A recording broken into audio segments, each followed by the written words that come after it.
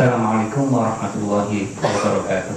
Waalaikumsalam warahmatullahi wabarakatuh. Alhamdulillah, pada malam hari ini kita dipertemukan oleh Allah di tempat yang barokah ini. Bapak-bapak serta saudara-saudara sekalian yang kami hormati, pada malam hari ini kita alhamdulillah dapat tamu dari Jakarta, yaitu Ustadz Fauzi Faisal Bahrish. Insya Allah beliau pada malam hari ini bisa memberikan masukan-masukan mengenai agama buat kita, sehingga kita bisa berjalan dalam melewati kehidupan ini tidak menyimpang apa yang dilarang oleh Allah Subhanahu wa taala. Ustaz Fauzi tadi malam di Masjid Al-Irsyad, beliau sudah memberikan ceramahnya dengan topik pengaruh makanan haram bagi pribadi, keluarga, dan bangsa. Saya kebetulan juga hadir di Masjid Al-Irsyad. Beliau memberikan ceramahnya. Saya merasa apa yang disampaikan oleh beliau pada tadi malam itu, pada malam ini perlu diteruskan. Artinya ceramah ini perlu dilengkapi, karena saya merasa masih banyak hal yang belum disentuh oleh beliau, padahal itu penting sekali buat kita. Gitu saja. Insya Allah.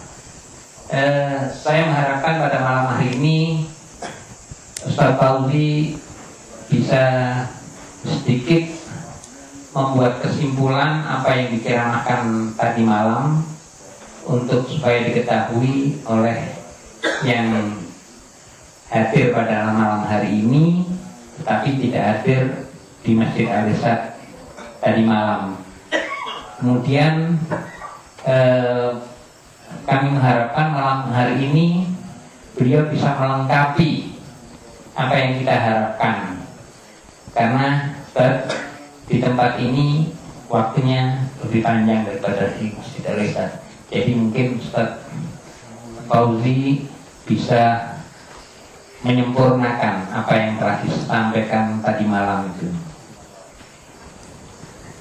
agar Ustaz Fauzi bisa memberikan ceramahnya dengan baik. Ya, saya sebagai pembawa acara pertama kali mengharapkan agar untuk sementara ini HP dinonaktifkan, kecuali saya tidak bisa membatasi untuk yang hadir ini.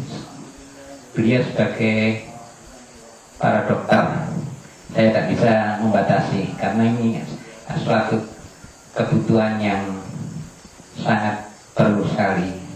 Untuk yang lain saya minta untuk dinonaktifkan. Dan yang kedua, bagi mereka yang di bawah, tolong dijaga situasi daripada pengajian pada malam hari ini, jangan terlalu gaduh sehingga mengganggu kekhusyuan daripada pengajian pada malam hari ini. Okelah, untuk menyingkat waktu, saya persilahkan Ustaz Fauzi Faisal Bahrish untuk menyampaikan ceramahnya. Bismillahirrahmanirrahim. Assalamualaikum warahmatullahi wabarakatuh. Innal hamdalillah nahmaduhu wa nasta'inuhu wa nastaghfiruh wa na'udzu billahi min shururi anfusina wa min sayyiati a'malina. من يهده الله فلا مضل له ومن يضلل فلا هادي له أشهد أن لا إله إلا الله وحده لا شريك له وأشهد أن محمدا عبده ورسوله اللهم صل على نبينا محمد وعلى آله وأصحابه ومن تبع هداه إلى يوم الدين أما بعد رب اشرح لي صدري ويسر لي أمري واحلل عقدة من لساني يفقهوا قولي ربنا آتنا من لدنك رحمة وهيئ لنا من أمرنا رشدا إخوة الإيمان رحمكم الله. Alhamdulillah, pada malam hari ini dengan izin Allah saya diberikan kesempatan untuk bersilaturahim ke tempat ini, bertemu dengan jamaah semuanya. Dan di hadapan saya ada begitu banyak asatidzah, ada begitu banyak ustaz dan para alim ulama barangkali, di mana saya paham bahwa saya berada dalam satu komunitas yang dari kecil saya tumbuh di dalamnya. Saya melihat begitu semarak dakwah di Surabaya ini, dan sampai sekarang saya melihat jejak-jejak semarak dakwah itu masih ada. Alhamdulillah, kita bersyukur kepada Allah Subhanahu wa ta'ala. Mudah-mudahan terus sampai nanti dakwah Islam di Surabaya ini terus dijaga oleh Allah Subhanahu wa ta'ala, sampai keturunan kita terus berada dalam kebaikan, berada dalam taufik dan hidayah dari Allah Subhanahu wa ta'ala. Ikhwatal iman rahimakumullah. Semalam kita bertemu dan berbicara tentang masalah yang terkait dengan makanan haram. Dan kalau kita menyimpulkan bahwa apa yang diharamkan oleh Allah Subhanahu wa ta'ala tidak lain adalah untuk kepentingan manusia, agar kita semuanya tidak terjebak dalam satu kondisi yang membahayakan kita. Karena apa yang Allah haramkan pasti mengandung mudarat, pasti mengandung bahaya. Sementara apa yang dihalalkan oleh Allah pasti mengandung kebaikan, pasti mengandung manfaat, pasti memberikan maslahat. Itu kita yakini. Kita yakin kepada Allah karena Dia zat yang maha mengetahui, karena Dia zat yang hakim, maha bijaksana, karena Dia Rahman dan Rahim. Dan manusia yang benar-benar menjadi hamba Allah Subhanahu wa ta'ala, yang percaya betul apa yang ditetapkan oleh Allah Subhanahu wa ta'ala kepada kita. Kalau kita percaya sepenuhnya dengan semua ketentuan Allah, dan kita mengikuti dengan tulus apa yang diperintahkan oleh Allah Subhanahu wa ta'ala kepada kita, pada saat itulah kita menjadi orang yang paling dekat dan orang yang paling menghamba kepada Allah Subhanahu wa ta'ala. Dalam kesimpulan semalam saya menyebutkan satu hadis Nabi kita Muhammad sallallahu alaihi wasallam, di mana Rasulullah sallallahu alaihi wasallam bersabda, "Ittaqil maharim takun a'badan nas." Jauhilah apa-apa yang dilarang oleh Allah Subhanahu wa ta'ala, pasti engkau menjadi hamba yang dekat dengan Allah, orang yang paling abid, orang yang paling dekat, orang yang paling beribadah kepada Allah Subhanahu wa ta'ala. Karena banyak di antara kaum muslimin, ketika dia sudah melaksanakan salat, ketika dia sudah membaca Al-Quran, ketika dia sudah zikir, ketika dia sudah berdoa dan melaksanakan berbagai ritual ibadah ubudiyah kepada Allah Subhanahu wa ta'ala, seolah-olah tidak masalah kalau dia melakukan sesuatu yang melanggar, karena dia berpandangan toh nantinya juga akan dimaafkan oleh Allah Subhanahu wa ta'ala.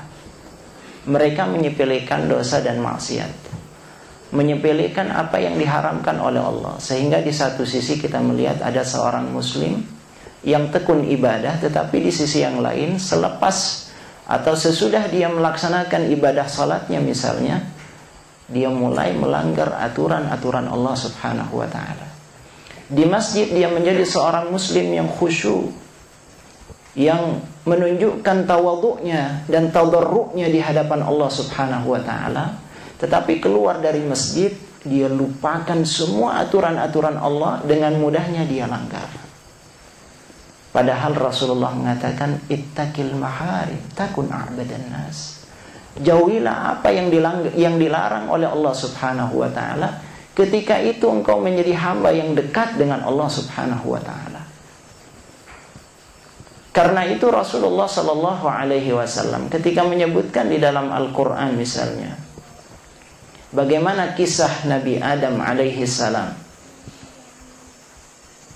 ketika Allah Subhanahu wa ta'ala memasukkan Adam dan Hawa ke dalam surganya, Allah Subhanahu wa ta'ala mengatakan kepada Adam, makan semua yang berada di surga ini.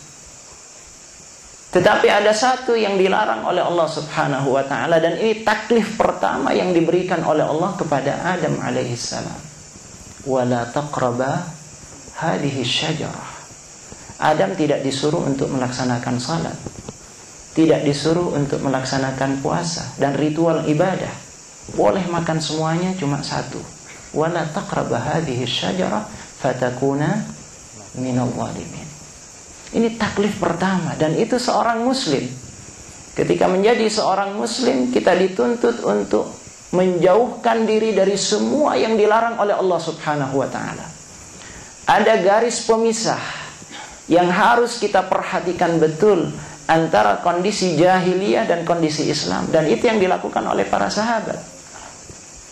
Ketika mereka bersyahadat di hadapan Rasulullah sallallahu alaihi wasallam, mereka mengatakan asyhadu an la ilaha illallah wa asyhadu anna Muhammadar Rasulullah. Pada saat yang sama berarti mereka berikrar tidak ada yang bisa diikuti, tidak ada yang boleh diikuti, yang ditaati sepenuhnya kecuali Allah Subhanahu wa ta'ala. Dan tidak ada yang dijadikan teladan kecuali Rasulullah sallallahu alaihi wasallam.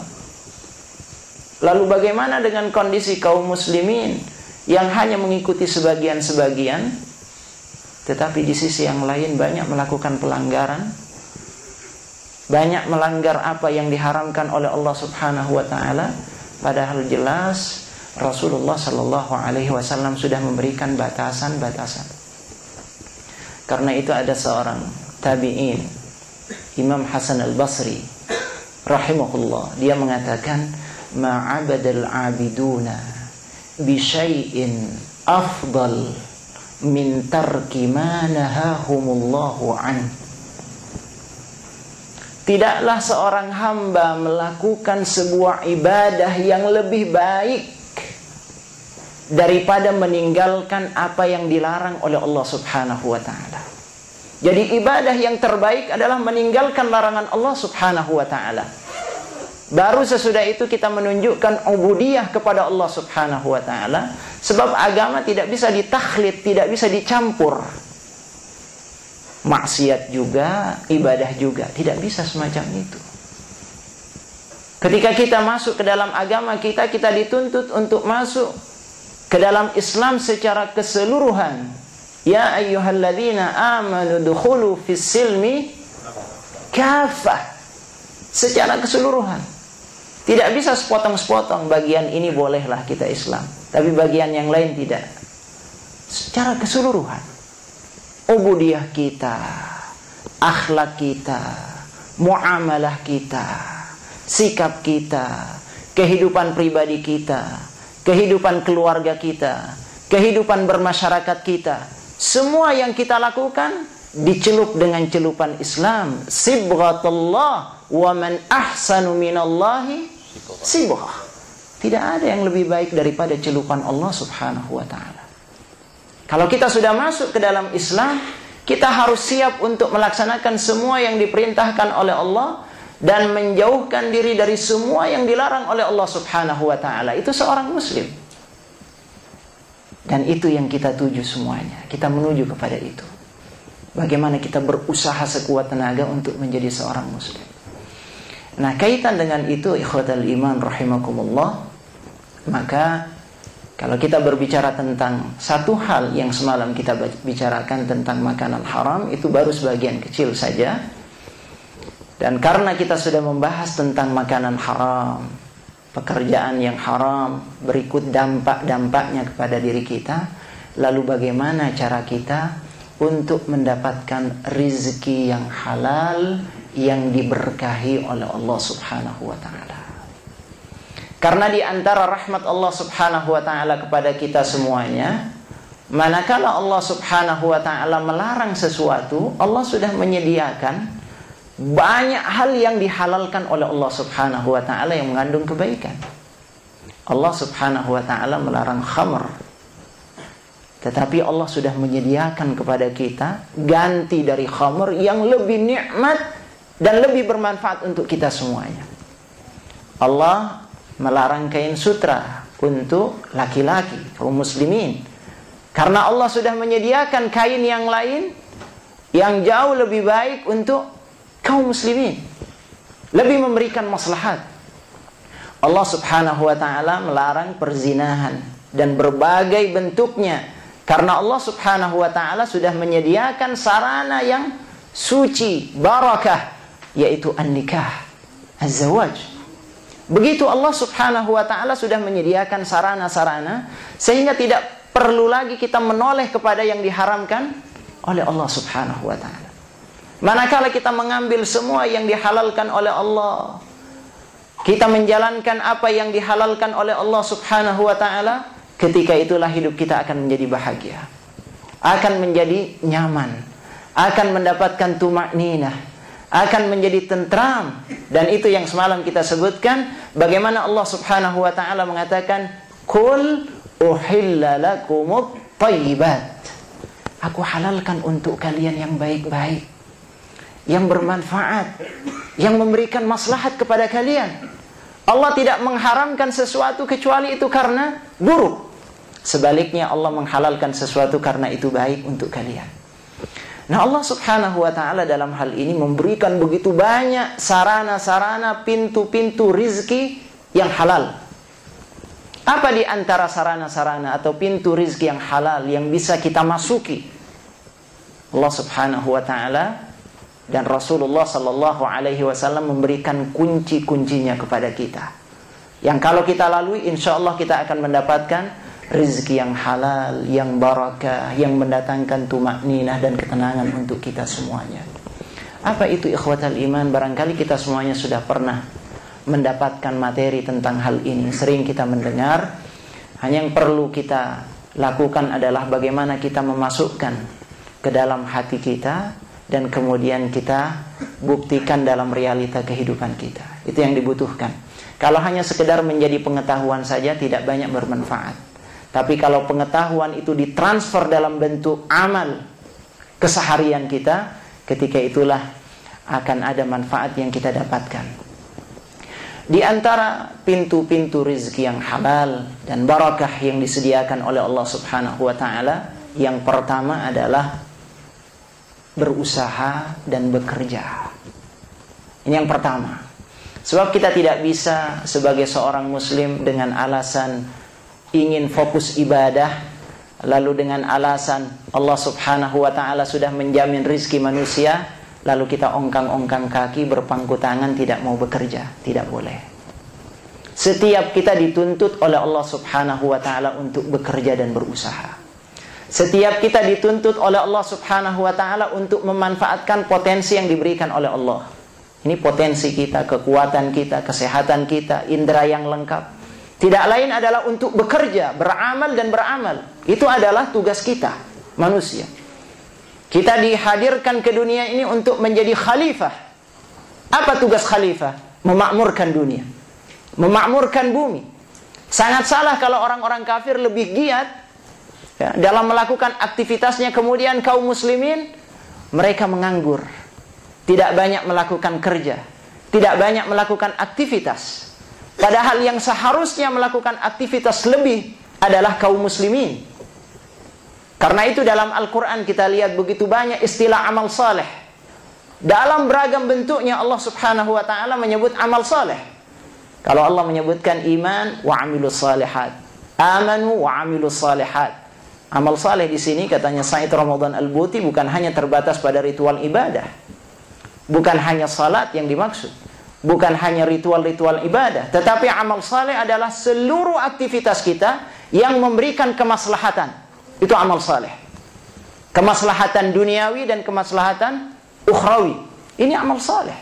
Dan karena itu seorang muslim dituntut untuk terus dia mengerahkan potensinya, mengerahkan kemampuannya untuk melakukan aktivitas-aktivitas kebaikan yang memberikan maslahat dan manfaat untuk dirinya, untuk keluarganya, dan untuk masyarakat di sekitarnya. Karena itu seorang muslim dituntut bekerja. Rasul sallallahu alaihi wasallam, bahkan Allah subhanahu wa ta'ala di dalam Al-Quran Al-Karim, begitu banyak Allah subhanahu wa ta'ala menghasung kita, memberikan dorongan kepada kita untuk bekerja dan berusaha. Allah subhanahu wa ta'ala sengaja menjadikan siang itu sebagai waktu yang tepat kita untuk berusaha. Wa ja'alna an-nahara ma'asha. Itu adalah waktu bagi kita untuk bekerja, berusaha, ma'asha. Dan Allah subhanahu wa ta'ala menyebutkan dalam surat yang lain, فَإِذَا قُضِيَتِ الصَّلَاةِ فَانْتَشِرُوا فِي الْأَرْضِ وَابْتَغُوا مِنْ فَضْلِ اللَّهِ. Kata Allah subhanahu wa ta'ala, seorang muslim seimbang antara ubudiyahnya. Di satu sisi dia beribadah kepada Allah, taqarrub kepada Allah, dia laksanakan tugas salatnya. Tetapi manakala dia selesai melaksanakan tugas kepada Allah subhanahu wa ta'ala, fantashiru fil ardi, hendaknya kalian bertebaran di muka bumi, wabtaghu min fadlillah, cari karunia Allah subhanahu wa ta'ala. Dan itu yang dituntut oleh Allah dari kita. Bagaimana kita memanfaatkan potensi kita, kita beramal, bekerja untuk mencari nafkah yang halal. Dan Allah subhanahu wa ta'ala memberikan apresiasi yang luar biasa kepada mereka yang mau bekerja, tidak meminta-minta. Rasul sallallahu alaihi wasallam menegaskan dalam satu hadis yang sering kita dengar, Rasulullah mengatakan, man amsakalan min amali yadihi amsa maghfuran lahu. Siapa yang pada sore harinya dia penat, lelah, capek karena dia mencari nafkah yang halal, pada sore hari itu dia mendapatkan ampunan dari Allah subhanahu wa ta'ala. Luar biasa. Kita bekerja mencari nafkah untuk diri kita, keluarga kita. Kita terus berusaha. Setiap keringat yang keluar diapresiasi oleh Allah subhanahu wa ta'ala. Setiap potensi yang kita keluarkan diapresiasi oleh Allah. Tidak hilang percuma. Semuanya ada pahalanya, ada catatannya, ada nilainya di sisi Allah subhanahu wa ta'ala. Dan itu yang dimiliki oleh kaum muslimin, tidak dimiliki oleh orang yang lain. Karena itu mestinya seorang muslim lebih giat bekerja. Kalau kita ingin mendapatkan harta yang halal, harta yang barakah, caranya bagaimana? Bukan dengan meminta-minta, bekerja. Ma'akala ahadun ta'aman qattu khairun min an ya'kula min amali yadihi. Tidak ada orang yang makan yang lebih baik daripada makan dari hasil usahanya sendiri. Tidak minta-minta. Seorang muslim bukan dididik untuk menjadi peminta-minta. Seorang muslim tidak dididik untuk menjadi orang yang terus meminta kepada kiri kanannya. Sebab kita faham dan kita sudah diajari, al-yadul ulya khairun minal yadis sufla. Yang di atas lebih baik daripada yang di bawah. Kita renungkan kalau seandainya apa yang disampaikan oleh Nabi kita Muhammad sallallahu alaihi wasallam dipraktikkan oleh umat ini, luar biasa potensi umat ini. Kalau seandainya umat ini mau mengamalkan apa yang ditunjukkan oleh Nabi sallallahu alaihi wasallam, luar biasa potensinya. Dan itu yang dilakukan oleh sahabat. Lihat bagaimana mereka bekerja. Padahal mereka sibuk. Mereka sibuk dalam peperangan. Mereka sibuk dalam berdakwah. Mereka harus keluar negeri dan sebagainya. Tapi di sisi yang lain mereka juga memperhatikan. Mereka buat pasar bersama. Mereka perhatian betul ke dalam hal-hal yang semacam ini. Bekerja mencari nafkah. Bahkan itu pula yang ditunjukkan oleh Rasulullah sallallahu alaihi wasallam. Dalam riwayat kita bisa baca bagaimana Rasulullah sallallahu alaihi wasallam walaupun beliau sibuk berdakwah, menyampaikan ajaran-ajaran Islam, ayat-ayat Allah kepada umat ini, bahkan begitu banyak peperangan yang beliau ikuti, tapi beliau tetap tidak meninggalkan pekerjaannya. Beliau masih meluangkan waktunya untuk berdagang sesuai dengan kemampuan beliau, sesuai dengan waktu yang dimiliki. Ini ikhwatal iman rahimakumullah, bagaimana kita disuruh oleh Allah subhanahu wa ta'ala dan oleh Rasulullah sallallahu alaihi wasallam untuk bekerja. Kita lihat bagaimana para nabi. Para nabi itu adalah orang-orang yang bekerja. Ya. Nabi Daud alaihi salam adalah pandai besi. Nabi Isa, Nabi Musa alaihi salam adalah pengembala. Nabi Idris alaihi salam, dia adalah tukang jahit. Nabi Zakaria alaihi salam tukang kayu. Nabi Nuh alaihi salam tukang kayu. Hampir semua nabi bekerja dan berusaha. Dan ini contoh buat kita semuanya, bahwa kita memang diberikan potensi oleh Allah subhanahu wa ta'ala untuk bekerja. Dan ketika kita bekerja, kita mendapatkan apresiasi di sisi Allah subhanahu wa ta'ala. Jadi pintu-pintu rizki akan dibuka oleh Allah subhanahu wa ta'ala lewat kerja dan usaha kita. Tidak boleh ada seorang muslim dengan alasan ibadah, fokus ibadah, kemudian tidak mau bekerja, tidak bisa. Dia harus bekerja dan berusaha. Sebab Allah tidak menurunkan hujan emas dari langit, katanya Sayyidina Umar radhiyallahu anhu. Bekerja. Bahkan tidak boleh seorang muslim dengan mengatakan, kan kita tawakal kepada Allah subhanahu wa ta'ala, Allah sudah menjamin rezeki kita. Tawakal itu harus benar, harus ditempatkan pada posisi yang tepat. Rasulullah sallallahu alaihi wasallam menegaskan dalam satu hadis, seandainya kalian bertawakal kepada Allah haqqa tawakkuli, dengan tawakal yang benar, pasti Allah subhanahu wa ta'ala akan memberikan rizki kepada kalian. Kama yarzuqut thair, sebagaimana Allah memberikan rizki kepada burung. Coba bayangkan, kita diajari oleh Allah biar nyontoh burung. Contoh itu burung. Bagaimana cara dia tawakal? Yaghdu khimasan, pada pagi hari dia sudah keluar dari sangkarnya.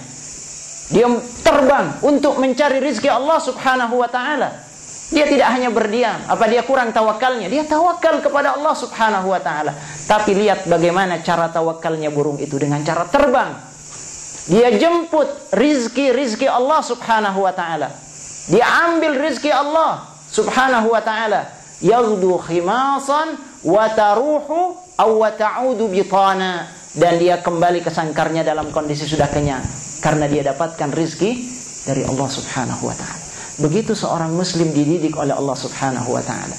Bahkan dalam ayat yang menjamin rizki kita, wa ma min dabbatin fil ardi illa 'alallahi rizquha. Tidak ada binatang melata di muka bumi kecuali Allah sudah jamin rizkinya. Banyak orang yang menyalah fahami ini ayat. Disangkanya, oh ayat ini menandakan bahwa Allah sudah menjamin rizki kita, sudah kita tinggal diam. Pasti kalau memang itu menjadi jatah kita, Allah akan memberikan kepada kita. Kita lihat secara teliti dan cermat. Allah Ta'ala mengatakan, wa ma min dabbah. Dabbah itu apa? Binatang melata. Dia tidak diam, tapi dia terus bergerak. Siapapun yang bergerak, makhluk Allah subhanahu wa ta'ala, akan diberikan rizkinya oleh Allah subhanahu wa ta'ala, akan dijamin rizkinya oleh Allah subhanahu wa ta'ala. Tapi ada upaya. Karena itu Allah Ta'ala mengatakan, wa ma min dabbatin fil ard illa 'alallahi rizquha. Jadi ini adalah spirit dari agama kita. Kita disuruh untuk bekerja, mencari nafkah yang halal, harta yang barakah.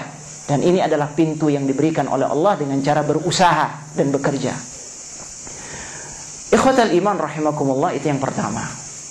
Yang kedua, kalau kita ingin mendapatkan rizki yang halal, yang barakah, yang sudah disediakan oleh Allah subhanahu wa ta'ala untuk kita, adalah dengan cara kita menunjukkan ketakwaan kita kepada Allah. keimanan kita kepada Allah Subhanahu wa ta'ala. Bagaimana kita menunjukkan ketakwaan dengan sepenuhnya kepada Allah Subhanahu wa ta'ala? Dengan cara seperti apa? Dengan cara kita laksanakan seluruh perintah Allah dan kita jauhi semua larangan Allah Subhanahu wa ta'ala. Jangan sampai seperti yang dikatakan oleh sebagian orang, ya, sehingga mereka mengatakan kalau yang halal saja susah, apalagi yang kalau yang haram saja sudah, apa yang halal, ya, sehingga kemudian wah nggak apa-apa, yang ini nggak apa-apa, dilanggar yang satu dilanggar semuanya, karena memang mereka memandang bahwa sulit sih kita mencari yang halal, ya, akhirnya yang haram itu diambil sekali, dan ini sama sekali tidak dibenarkan di dalam agama. Allah Subhanahu wa ta'ala justru mengatakan, kalau kita ingin mendapatkan harta yang halal, yang barakah, yang mendatangkan ketenangan, jangan dekati itu yang haram.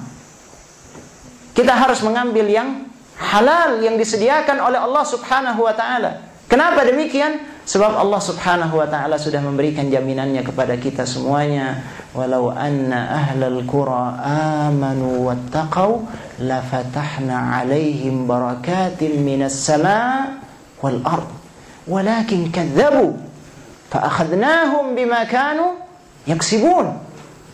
Allah Subhanahu wa ta'ala sudah menegaskan, seandainya penduduk negeri ini beriman, yakin kepada Allah, tidak ragu bahwa Allah sudah menjamin rizkinya, kemudian dia menjaga dirinya dari apa-apa yang diharamkan oleh Allah Subhanahu wa ta'ala, kami akan bukakan pintu-pintu keberkahan dari langit dan dari bumi.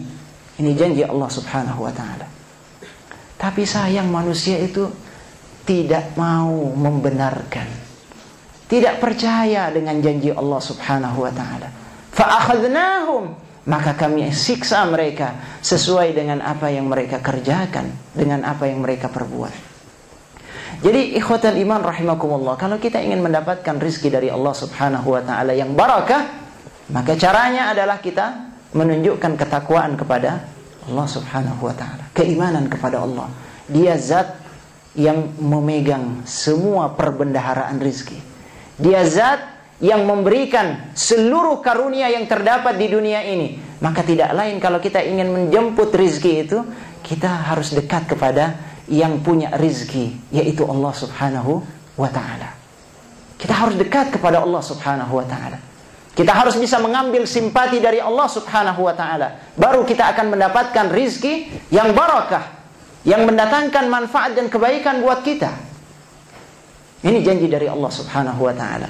Wa may yattaqillah yaj'al lahu makhraja wa yarzuqhu min haitsu la yahtasib. Ini janji dari Allah. Siapa yang bertakwa kepada Allah Subhanahu wa ta'ala akan diberikan jalan-jalan keluar oleh Allah. Barangkali di hadapannya terlihat sulit, buntu, tidak ada jalan keluar, tapi manakala dia menunjukkan ketakwaan kepada Allah, dalam kondisi sesulit apapun dia tetap tidak mau menjamah yang haram. Dia tetap menjaga dirinya. Pada saat itu Allah akan gantikan dengan solusi-solusi yang diberikan langsung dari Allah Subhanahu wa ta'ala. Allah akan memberikan rizki min haitsu la yahtasib. Sebelumnya kita tidak pernah menduga, tapi tiba-tiba itu datang rizki kepada kita. Ini janji dari Allah Subhanahu wa ta'ala. Tinggal pilihannya dua. Kita percaya dengan janji Allah, atau kita masih ragu dengan janji Allah Subhanahu wa ta'ala. Jadi at-taqwa, di antara bentuk ketakwaan adalah kita mendekat kepada Allah, jaga perintah Allah, jaga salat kita 5 waktu terutama. Kita ketuk pintu Allah Subhanahu wa ta'ala dengan cara semacam itu insyaallah. Allah Subhanahu wa ta'ala mengatakan, wa'mur ahlaka bis-shalah wastabir 'alaiha la nas'aluka rizqa nahnu narzuquka. Jelas Allah ta'ala mengatakan, suruh keluargamu itu untuk melakukan salat dan sabar. Kami tidak menuntut rizki kepadamu. Nahnu narzuquka, kami yang akan memberikan rizki kepadamu. Janji Allah Subhanahu wa ta'ala. Jadi begitu banyak janji Allah dalam Al-Quran. Allah Subhanahu wa ta'ala akan memberikan kepada kita, manakala kita menjaga rambu-rambu Allah, menjaga ketakwaan kita kepada Allah, akan diberikan kemakmuran oleh Allah Subhanahu wa ta'ala.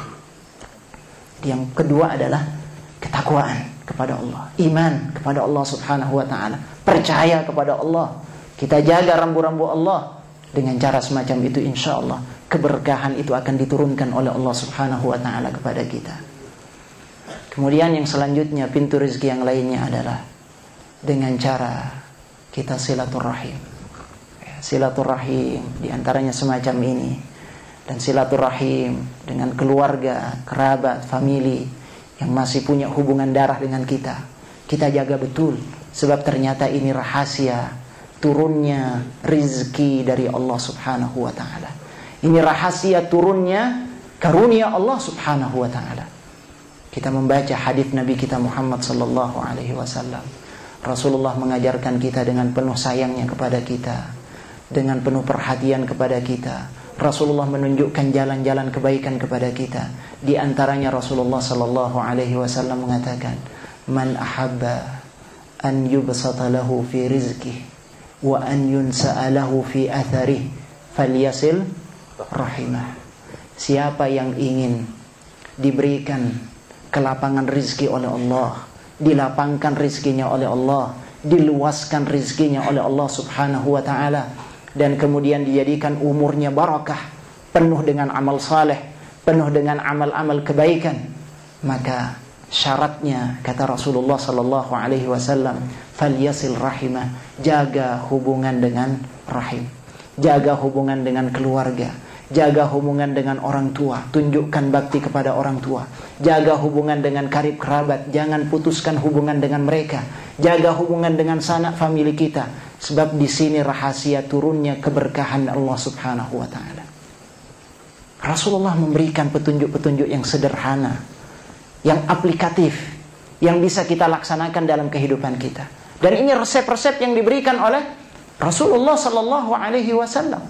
Bagaimana kalau kita menjaga silaturahim, insya Allah akan diberikan keberkahan, kelapangan, kemudahan oleh Allah Subhanahu wa taala. Ini adalah resep yang ketiga. Kemudian yang selanjutnya, ikhwatal iman rahimakumullah, bagaimana kita berinfak, bersedekah di jalan Allah Subhanahu wa taala. Ternyata al-infak was sadaqah, mengeluarkan harta di jalan Allah Subhanahu wa taala, adalah salah satu kunci pembuka rizki Allah Subhanahu wa taala. Dalam satu riwayat disebutkan, intazilir rizqa bis sadaqah, pancing itu rizki dengan banyak bersedekah. Allah Subhanahu wa taala akan menggantikan setiap nafkah, infak yang kita keluarkan di jalannya, fahuwa yukhlifuh. Allah Subhanahu wa taala akan memberikan gantinya. Dan ganti dari Allah pasti yang lebih baik, pasti lebih banyak, pasti lebih barakah. Ini yang dijanjikan oleh Allah Subhanahu wa taala kepada kita. Bahkan ada satu kisah, ikhwatal iman, saya teringat ada satu keluarga, yang keluarga ini dulunya ketika baru menikah dalam kondisi sulit. Ketika main kepada keluarga tersebut dalam kondisi sulit, rumahnya kecil, satu petak gitu ya. Kemudian kita pulang, dan ketika sudah lama tidak berjumpa, kita main lagi ke rumahnya. Ternyata alhamdulillah diberikan rezeki yang begitu melimpah oleh Allah Subhanahu wa taala. Rumahnya luas ya. Kondisinya jauh berbeda dengan yang pertama kali dia menikah. Kemudian ketika ditanya apa rahasianya, dia mengatakan di antara rahasianya adalah setiap hari kita berusaha untuk mengeluarkan uang dari saku kita, dari dompet kita, dari lemari kita. Kemudian dia salurkan, dia punya kotak kecil, dia masukkan ke dalam kotak kecil itu. Setiap hari dia masukkan ke sana. Kemudian selama 1 minggu, setiap minggu dia keluarkan, pada hari Jumat dia keluarkan di jalan Allah ya. Ada kotak infak yang berjalan ketika sholat Jumat, dia keluarkan di sana. Atau kepada fuqara wal masakin, selalu setiap Jumat dia keluarkan. Tapi dia keluarkan dari kantongnya itu setiap hari.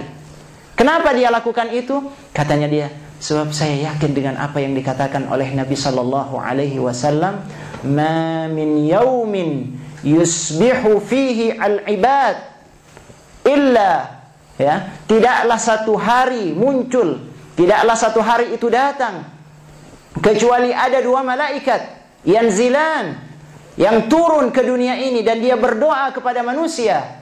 Satu malaikat, salah satu di antara mereka berdoa, Allahumma a'ti munfiqan khalafa. Ya Allah, berikan kepada orang yang berinfak ini gantinya ya Allah. Berikan kepada mereka yang berinfak ini gantinya ya Allah. Berikan kepada mereka yang mengeluarkan hartanya di jalan-Mu, berikan ganti kepadanya ya Allah. Ini doa langsung dari malaikat. Sebaliknya malaikat mengatakan, Allahumma a'ti mumsikan talafa. Dan berikan kebinasaan, kehancuran kepada orang yang bakhil, kikir, tidak mau mengeluarkan hartanya di jalan Allah subhanahu wa ta'ala.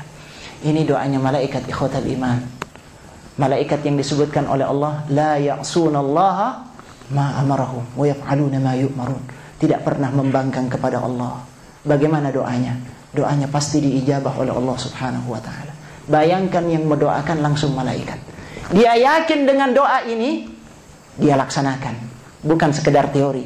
Dia laksanakan, kemudian dia mendapatkan hasilnya langsung dari Allah subhanahu wa ta'ala. Dan ini memang yang dibutuhkan apa? Yang dibutuhkan adalah keimanan. Percaya atau tidak dengan apa yang dikatakan oleh Nabi sallallahu alaihi wasallam. Yang beruntung adalah yang percaya kepada Rasulullah. Yang tidak beruntung dan rugi adalah orang yang masih ragu-ragu. Betul atau tidak? Ya, benar atau tidak? Masa iya semacam itu? Insya Allah kalau kita percaya dengan apa yang dikatakan oleh Nabi kita Muhammad sallallahu alaihi wasallam, kita akan mendapatkan hasil. Lihat para sahabat. Kita sangat terkagum-kagum dengan para sahabat yang mendermakan Abu Bakar radhiyallahu anhu. Bagaimana dia mendermakan seluruh hartanya di jalan Allah subhanahu wa ta'ala. Bagaimana Umar bin Khattab mengeluarkan separuh hartanya di jalan Allah subhanahu wa ta'ala. Bagaimana Utsman bin Affan yang ketika disuruh untuk memobilisasi dana, dia keluarkan hartanya dengan jumlah yang luar biasa. Bagaimana Abdurrahman bin Auf, Anas bin Malik radhiyallahu an, semua mereka berkorban di jalan Allah subhanahu wa ta'ala dalam jumlah yang tidak sedikit. Apakah kemudian mereka menjadi miskin? Apakah kemudian harta mereka berkurang? Apakah kemudian mereka menjadi melarat hidupnya? La, ma naqasat malun min sadaqah. Tidak pernah harta itu berkurang karena kita bersedekah, katanya Rasulullah sallallahu alaihi wasallam. Tidak pernah harta itu menjadi habis karena kita rajin bersedekah. Allah subhanahu wa ta'ala sudah berjanji akan memberikan gantinya. Dan ternyata para sahabat diberikan harta yang berlimpah oleh Allah subhanahu wa ta'ala. Abdurrahman bin Auf, Anas bin Malik radhiyallahu an, hartanya sangat banyak. Sampai mereka mengatakan, nahnu la nastati'u, kami tidak bisa ihsa farwatina, tidak bisa menghitung aset kami, saking banyaknya asetnya. Mereka tidak bisa menghitung jumlah kekayaannya karena begitu banyak jumlah kekayaan yang mereka miliki. Ini janji dari Allah subhanahu wa ta'ala. Al-infaq was sadaqah itu adalah pintu kunci pembuka rizki Allah subhanahu wa ta'ala. Kemudian yang lainnya ikhwafillah rahimakumullah adalah ad-du'a, berdoa kepada Allah subhanahu wa ta'ala. Kita munajat kepada Allah, kita meminta kepada Allah. Sebab kita yakin sehebat apapun usaha kita, sehebat apapun upaya yang kita lakukan, tetap saja semuanya berada di tangan Allah subhanahu wa ta'ala. Allah yang memberi dan Allah yang menahan. Allah yang memberikan dan Allah subhanahu wa ta'ala yang berhak untuk tidak memberikan. Semuanya ada di tangan Allah subhanahu wa ta'ala. Karena itu perlu kita mengetuk pintu Allah. Kita bekerja, kita berusaha, kita mencari. Tetapi di sisi yang lain kita berdoa, terus bermunajat kepada Allah subhanahu wa ta'ala agar Allah subhanahu wa ta'ala memberikan kepada kita. Dan kita yakin kalau kita berada dalam kesulitan, jangan pergi ke tempat yang lain, jangan pergi kepada makhluk, jangan meminta kepada makhluk, mengiba di hadapan makhluk, tapi kita harus mengiba di hadapan Allah subhanahu wa ta'ala.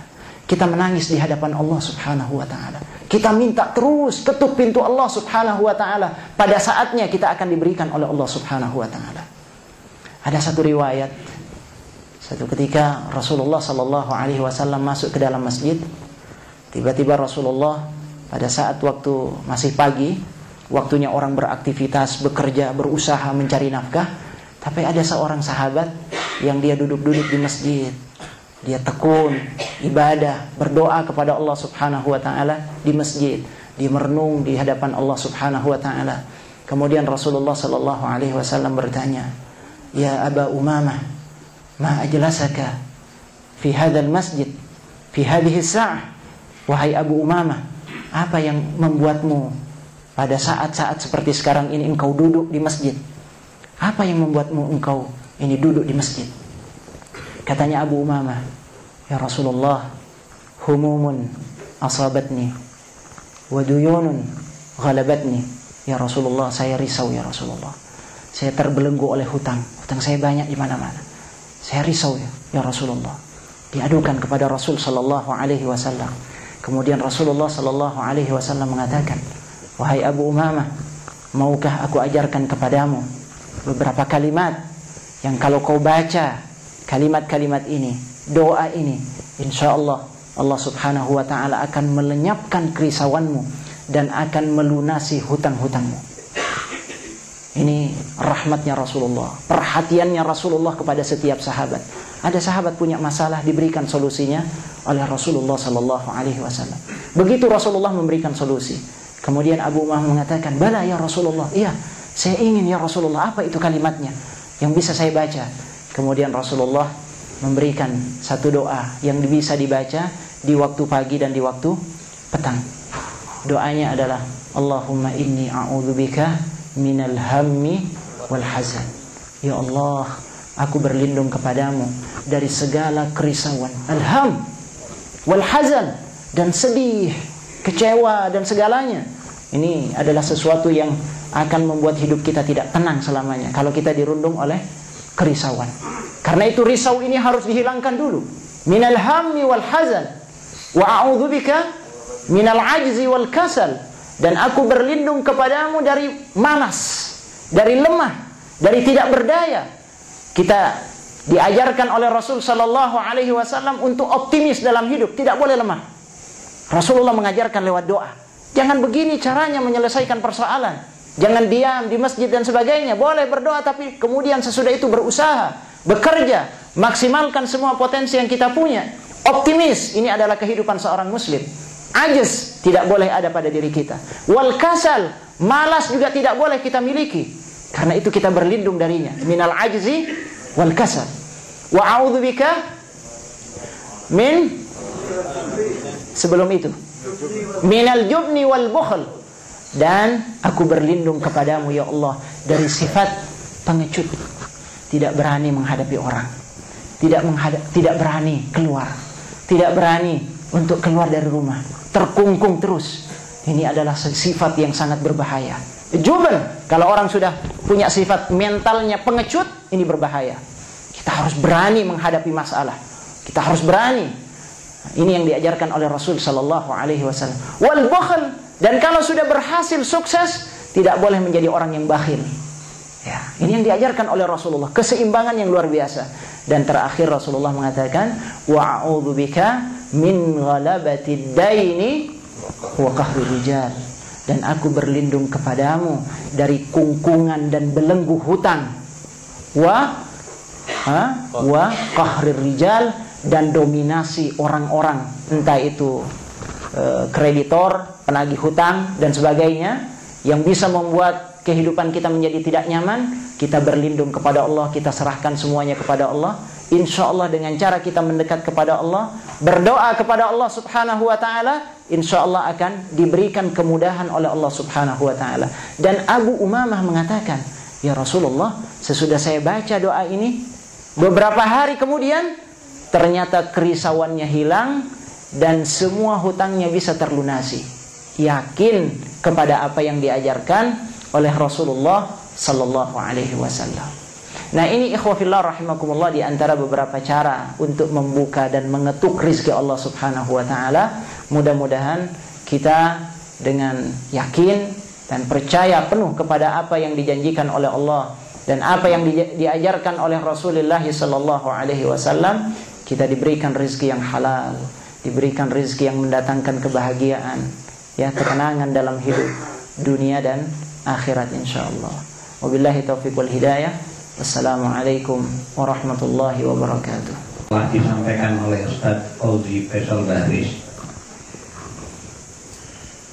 Bapak-bapak dan saudara-saudara, kalau boleh kami simpulkan apa yang telah disampaikan oleh beliau pada malam hari ini, beliau memberikan resep kepada kita bagaimana untuk kita ini bekerja mencari barang yang halal atau bekerja untuk terhindar dari barang yang haram atau makanan yang haram.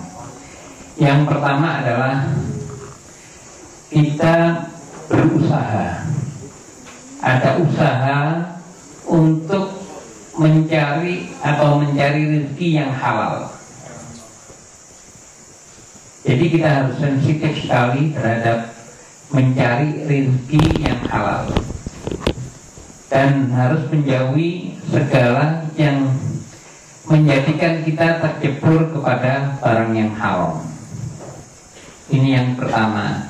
Yang kedua, beliau menganjurkan memberikan resep kepada kita untuk kita ini mudah melaksanakan silaturahim, mudah melaksanakan silaturahmi. Dan yang ketiga adalah kita dianjurkan untuk mudah berinfak, melaksanakan infak. Dan yang terakhir, tidak lupa dari usaha kita mencari barang yang haram, kemudian silaturahim, kemudian infak ini tidak boleh lupa dengan doa. Insya Allah mungkin kalau keempat ini kita bisa laksanakan, rezeki Allah akan datang kepada kita. Kita terhindar dari makanan yang haram, karena makanan yang haram ini sangat berbahaya, baik untuk diri kita maupun untuk keluarga kita. Tadi malam beliau telah memberikan bagaimana konsekuensi daripada orang-orang yang makan dengan rezeki yang haram. Itu sangat menakutkan sekali. Ustaz, masih ada waktu. Rupanya ada jamaah-jamaah yang tadi malam tak sempat hadir, minta untuk Ustaz menerangkan apa konsekuensi orang yang memberikan, yang makan rezeki haram. Mungkin Ustaz bisa terangkan. Diulang ya, diulang sedikit saja ya. Apa dampak dan bahayanya kalau kita memakan makanan haram, baik itu jenisnya, jenis makanannya haram seperti khamar, daging babi, daging anjing dan sejenisnya, atau juga cara mendapatkan. Barangkali barangnya halal, cuma kalau didapat dengan cara yang haram maka menjadi haram pula, tidak boleh. Dampaknya apa kalau kita memakan makanan yang haram? Di antaranya yang pertama yang sudah kita sebutkan adalah amal kita menjadi tidak diterima oleh Allah Subhanahu wa ta'ala. Amal kita menjadi tertolak, dan ini sangat berbahaya, ikhwatal iman.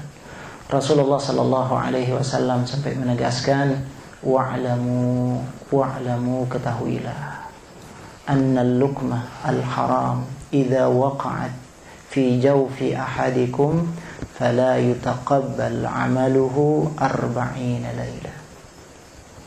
Ketahuilah bahwa ketika makanan yang haram, satu suap saja makanan haram itu jatuh masuk ke dalam perut kalian, maka amal kalian menjadi tidak diterima selama 40 hari.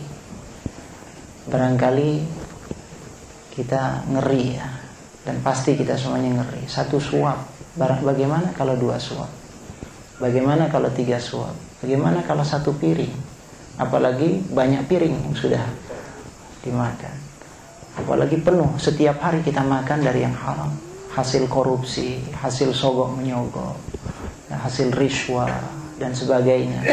Dari yang haram yang kita dapatkan, kemudian kita berikan juga kepada anak kita, cucu kita, kepada istri kita, apakah dengan cara semacam ini kemudian akan datang kebaikan dari Allah Subhanahu wa ta'ala?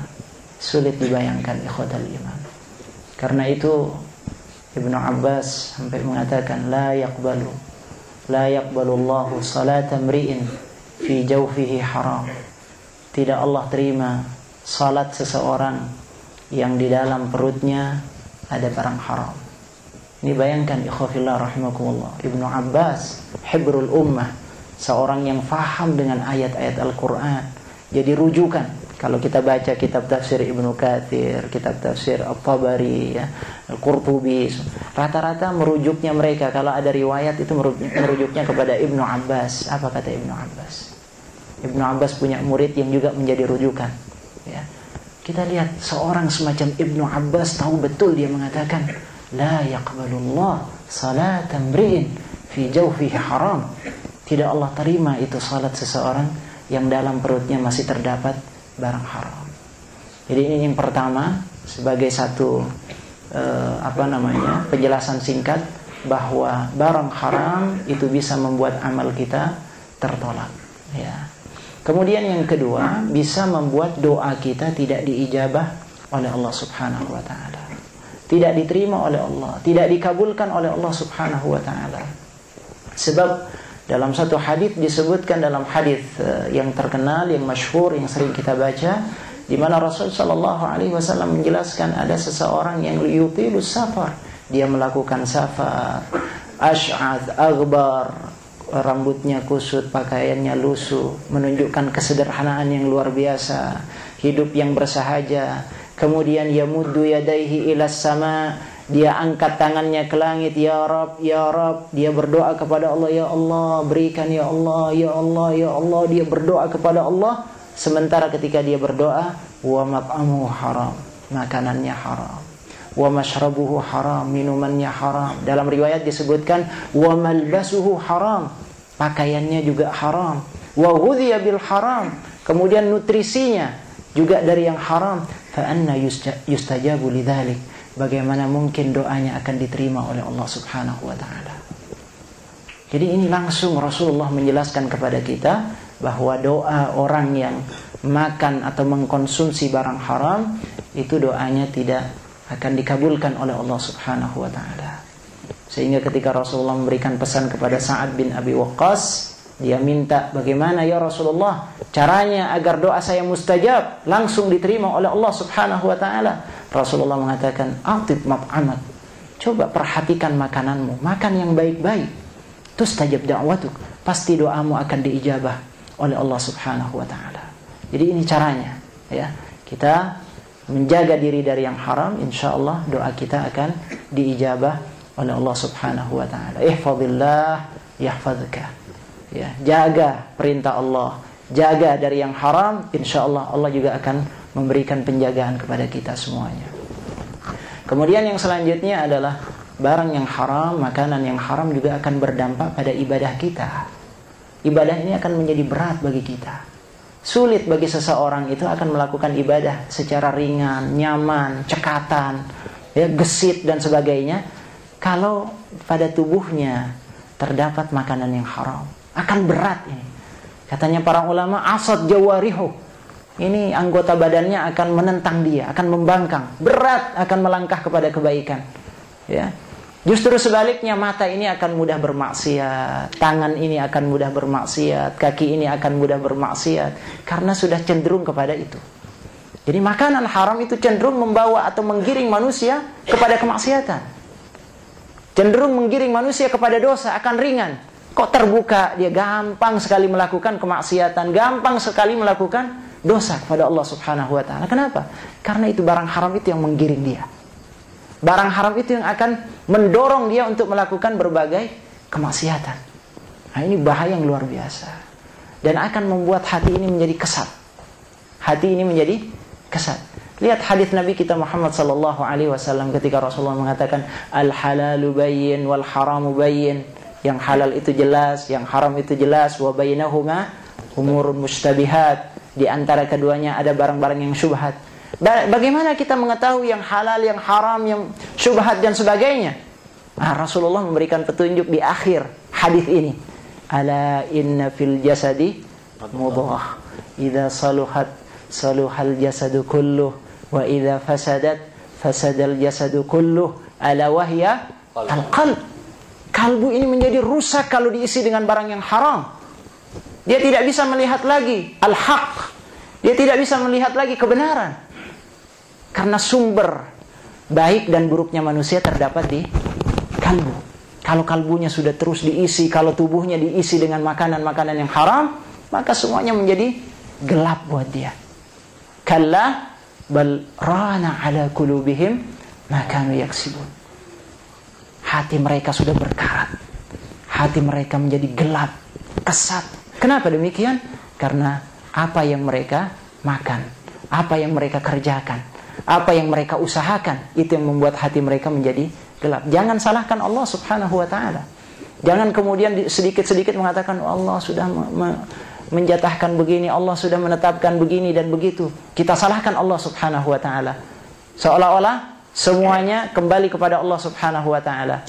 Padahal yang menjadi sebab dan asal muasalnya adalah diri kita. Diri kita tidak menjaga dari yang haram. Diri kita gampang sekali mengkonsumsi sesuatu yang jelas-jelas diharamkan oleh Allah subhanahu wa ta'ala.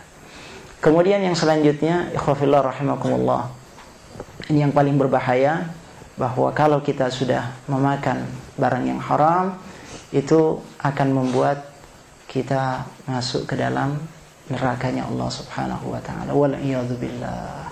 Karena Rasulullah mengatakan, kullu lahmin nabata minas suhb au minal haram fannaru aula bih. Setiap daging yang tumbuh dari barang yang haram, maka neraka adalah tempat yang pas buat dia. Neraka adalah tempatnya. Nah, ini yang berbahaya, dan kita sudah sebutkan beberapa riwayat tentang itu. Bagaimana Abu Bakar radhiyallahu an sampai berhati-hati betul. Padahal kalau kita lihat ibadahnya Abu Bakar sudah luar biasa, keimanannya sudah luar biasa, sudah ahlul jannah gitu kan. Tapi kita lihat bagaimana beliau menjaga dari hal yang diharamkan oleh Allah, walaupun hanya satu suap. Ya, sampai beliau rela untuk mengeluarkan itu makanan yang diberikan oleh budaknya. Ya, dikeluarkan, berusaha dia keluarkan terus. Karena tidak bisa dia minta air lagi.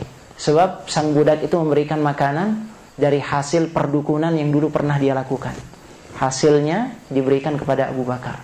Jelas Abu Bakar tidak mau memasukkan makanan-makanan haram ke dalam perutnya. Dia minta air lagi sampai penuh perutnya dengan air. Baru sesudah itu dia bisa keluarkan itu makanan. Terkeluarkan semuanya. Ketika keluar, sang budak ini takjub dan dia mengatakan, kull hadza li ajli luqmah wahidah. Engkau sampai semacam itu wahai Abu Bakar, padahal satu suap. Cuma satu suap. Tapi Abu Bakar luar biasa, dia ingin keluarkan itu. Katanya Abu Bakar, na'am, law lam yakhruj illa ma'a khuruji nafsi la akhrajtuha. Ya, seandainya makanan ini tidak juga keluar, kecuali keluar bersama dengan nyawaku, aku tetap akan melaksanakannya. Dia tidak mau menghadap kepada Allah dengan membawa makanan yang haram. Dia tidak rela dagingnya tumbuh dari barang yang haram. Ini yang dilakukan oleh Abu Bakar radhiyallahu anhu. Jadi luar biasa kita lihat bagaimana salafun as-salih menjaga dari barang yang haram, sehingga mereka diberkahi oleh Allah. Mereka dapat rezeki yang halal. Sebab setiap manusia yang berusaha untuk menghindarkan diri dari yang haram, Allah gantikan dengan yang halal, yang barakah, yang jauh lebih menenangkan bagi dia, bagi keluarganya, dan bagi masyarakat di sekitarnya, bangsanya.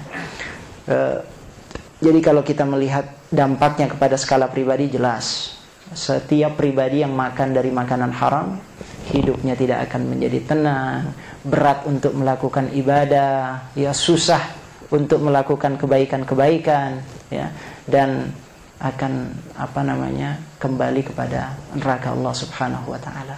Demikian pula dengan keluarganya. Bayangkan keluarga yang terus mengkonsumsi barang-barang yang haram. Bagaimana antara suami istri hubungannya? Jelas tidak nyaman, tidak ada kebahagiaan, tidak ada sakinah, tidak ada mawaddah, tidak ada rahmah di dalamnya.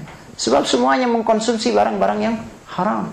Bisa jadi istrinya akan durhaka kepada suaminya, anaknya sulit dididik. Ada orang yang mengatakan, kenapa saya mendidik anak sulit? Betul, jangan-jangan dia sudah memberikan makan kepada anaknya dari barang yang haram, akan sulit dibina.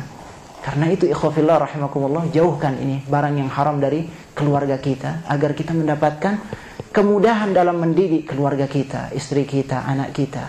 Para ulama kita salafun as-salih mengatakan, saya tahu betul syu'um maksiyah, sialnya maksiat itu kelihatan. Dari apa kelihatannya? Dari tingkah laku yang dilakukan oleh istrinya, dari tingkah laku yang dilakukan oleh anaknya.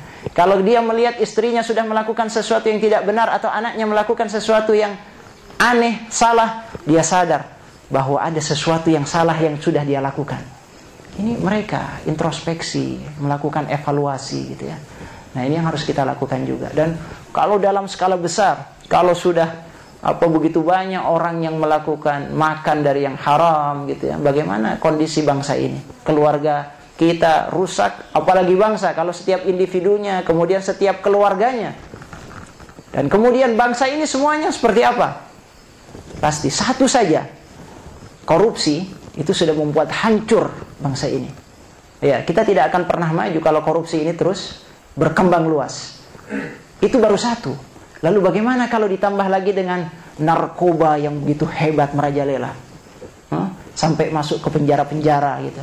Mestinya tempat yang membuat mereka terbina secara baik, justru sebaliknya mereka terbina secara baik untuk melakukan pemasaran. Nah, ini luar biasa, satu kondisi yang sangat memprihatinkan.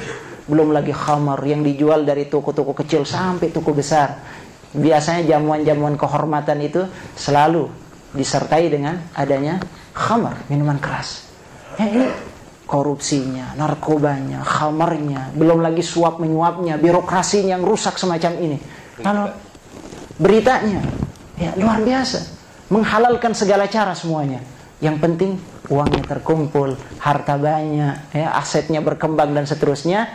Tidak peduli apakah didapat dari cara yang haram atau dari cara yang halal. Dan ini yang terjadi. Sehingga Rasulullah sallallahu alaihi wasallam ketika ditanya oleh Zainab binti Jahash radhiyallahu anha, "Anahlik atau anuhlak wa fina salihun?"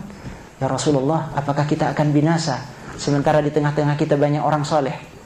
Nah, dalam pandangan beliau, orang soleh ini masih banyak orang yang salat, masih banyak orang yang puasa, masih banyak orang yang ngaji dan sebagainya. Tapi apa jawaban Rasulullah? Na'am idza kathural khabath. Ya, kalau kemungkaran dan pelanggaran ini sudah merajalela. Ya, walaupun masih banyak orang yang salat, tapi di sisi yang lain mereka juga banyak mengkonsumsi barang yang haram, maka pada saat yang sama akan binasa dan hancur. Karena itu kalau kita ingin mendapatkan kebaikan dari Allah, setiap pribadi, setiap keluarga dan bangsa ini, maka kita harus kembali kepada apa yang dituntunkan oleh Nabi kita Muhammad sallallahu alaihi wasallam. Kira-kira semacam itu ikhwafillah. Mudah-mudahan ada manfaatnya untuk kita semuanya. Luar biasa apa yang telah disampaikan oleh Ustaz Fauzi Faisal Badri tadi. Mudah-mudahan apa yang disampaikan oleh beliau tadi menjadi modal buat kita untuk kita memperbaiki apa yang kita kerjakan atau yang kita amalkan untuk mencari rezeki untuk diri kita, untuk keluarga dan atau untuk keluarga kita ini. Baiklah, saya yakin apa yang telah disampaikan oleh Ustaz Fauzi Faisal Badri tadi masih ada yang dari bapak-bapak dan saudara-saudara yang kurang jelas. Untuk itu kami buka tanya jawab. Ya, Pak Fauzi. Assalamualaikum warahmatullahi wabarakatuh. Waalaikumsalam warahmatullahi Saya ingin wabarakatuh. penjelasan yang sejelas-jelasnya masalah sutra. Ya, gitu aja Ustaz. Terima kasih. Sutra ini jelas Rasulullah melarang kita laki-lakinya untuk memakai sutra, dan itu boleh untuk wanitanya. Sutra yang dilarang itu yang seperti apa? Karena kita sering mendengar adalah istilah sutra kain sutra, ya, sarung sutra dan seterusnya. Sutra yang dilarang adalah sutra yang berasal dari kepompong itu yang dilarang. Tapi kalau sutra yang imitasi, ya, sutra buatan, bukan yang asli, bukan yang berasal dari kepompong itu, maka itu boleh. Karena itu hanya istilah, imitasinya. Yang tidak boleh itu yang dimaksud oleh Rasulullah, yang betul-betul murni dia berasal dari kepompong itu. Nah, itu tidak boleh. Ya, Allah a'lam. Kalau campuran gimana? Iya. Kalau campuran, nah ini ada ikhtilaf di antara para ulama. Kalau campuran, ya, ada yang tetap tidak membolehkan sama sekali. Tidak membolehkan sama sekali, walaupun hanya sedikit campurannya. Sebab Rasulullah menyebutkan secara umum, tidak memberikan batasan. Oh, kalau sekian itu boleh dan sebagainya. Rasulullah menyebutkan secara umum bahwa al-harir tidak boleh untuk lidzukuri ummati, untuk laki-laki di antara umatku. Jadi secara mutlak, ya. Nah, kemudian sebagian ulama yang lain membolehkan kalau dia kurang dari 50% kadarnya. Nah, memang ini ada ikhtilaf di antara para ulama terkait dengan kadar dari sutra tersebut. Ada yang melarang secara mutlak, tetapi ada yang membolehkan kalau kadarnya hanya sedikit, ya. Wallahu a'lam Kalau bishawab. ada kejadian seperti ini, apakah ini yang namanya syubhat? Bisa masuk syubhat? Perbedaan ini. Iya. Ya. Perbedaan semacam ini tergantung, ya, apa bisa disebut dengan syubhat atau tidak. Kalau dia ragu-ragu berada di antara keduanya, ini mana yang benar, apa yang benar yang golongan pertama, apa golongan yang kedua, maka dia berada dalam kondisi ragu, syubhat buat dia, lebih baik dia tinggalkan. Da' ma yaribuk ila ma la yaribuk. Kalau kita masih ragu, tinggalkan sehingga kita berpindah kepada yang tidak membuat kita ragu, ya. Tapi kalau kita yakin berdasarkan dengan dalil-dalil yang ada, hujah yang diberikan para ulama, ya silahkan pilih apa yang membuat kita yakin. Yang penting kita ada perasaan tumakninah, ada perasaan nyaman, gitu ya. Tapi nyamannya bukan berdasarkan hawa nafsu, tapi berdasarkan dalil-dalil yang memang ada. Oh, ini menurut para ulama semacam ini, dalilnya jelas, ya. Kita merasa cenderung kepada pandangan tersebut, ambil. Mudah-mudahan diterima oleh Allah Subhanahu wa taala. Sebab tidak mungkin kita menyatukan perbedaan-perbedaan yang ada. Kita berikan penghormatan kepada yang lain. Kita punya pendapat ini, sementara kalau ada pendapat yang berbeda kita hormati. Mudah-mudahan apa yang menjadi pandangan kita diterima oleh Allah Subhanahu wa taala. Jadi di antara ininya ra'yi sawabun yahtamilul khata' wa ra'yu ghairi khata'un yahtamilu as-shawab, ya. Jadi para ulama kita mengatakan pendapat saya bisa benar, tapi bisa jadi ada salahnya. Sebaliknya, pendapat yang lain itu salah, tapi ada kemungkinan benar. Jadi ini dia tidak memvonis pendapat saya paling benar, yang lainnya salah semuanya. Tidak. Ini bukan sikap yang bijak dari para ulama kita. Larangan sutra. Hadis larangan sutra secara detail, ya, saya tidak ingat ininya lafalnya, atau barangkali ada di antara jamaah ini yang hafal nas hadisnya. Tapi Rasulullah menyebutkan bahwa sutra ini dilarang lidzukuri ummati, untuk kaum laki-laki di antara umatku. Secara lengkapnya saya lupa, ya, bisa nanti dicari, dicek, ya, insyaallah. Nabi Iya. Tidak pernah dengar saya. Ya. Waktu peperangan waktu itu. Ya. Jarang para pejuang-pejuang Islam ini menggunakan kain sutra. Ditakutkan dia lemah hatinya, seperti perempuan. Ya. Atau tidak, belum tahu. Ya. Kalau ingin melihat penjelasan yang lebih detail, yang lebih gamblang, berikut alasan-alasan dilarangnya pemakaian sutra, itu bisa dilihat dalam kitab Al-Halal wal Haram karya Dr. Yusuf Al-Qardawi. bisa merujuk ke sana, kita akan mendapatkan penjelasan yang cukup detail tentang itu. Hadisnya disebutkan oleh beliau, berikut illahnya, sebab-sebabnya, apa rahasianya, agar kita lebih qanaah, lebih yakin dengan apa yang menjadi pegangan kita, lebih tenang, ya, semacam itu. Insya Allah ada, cuma penjelasan ilahnya tidak, apa rahasianya tidak ada, hikmahnya. Ya, ya, sama-sama. Ya, silakan.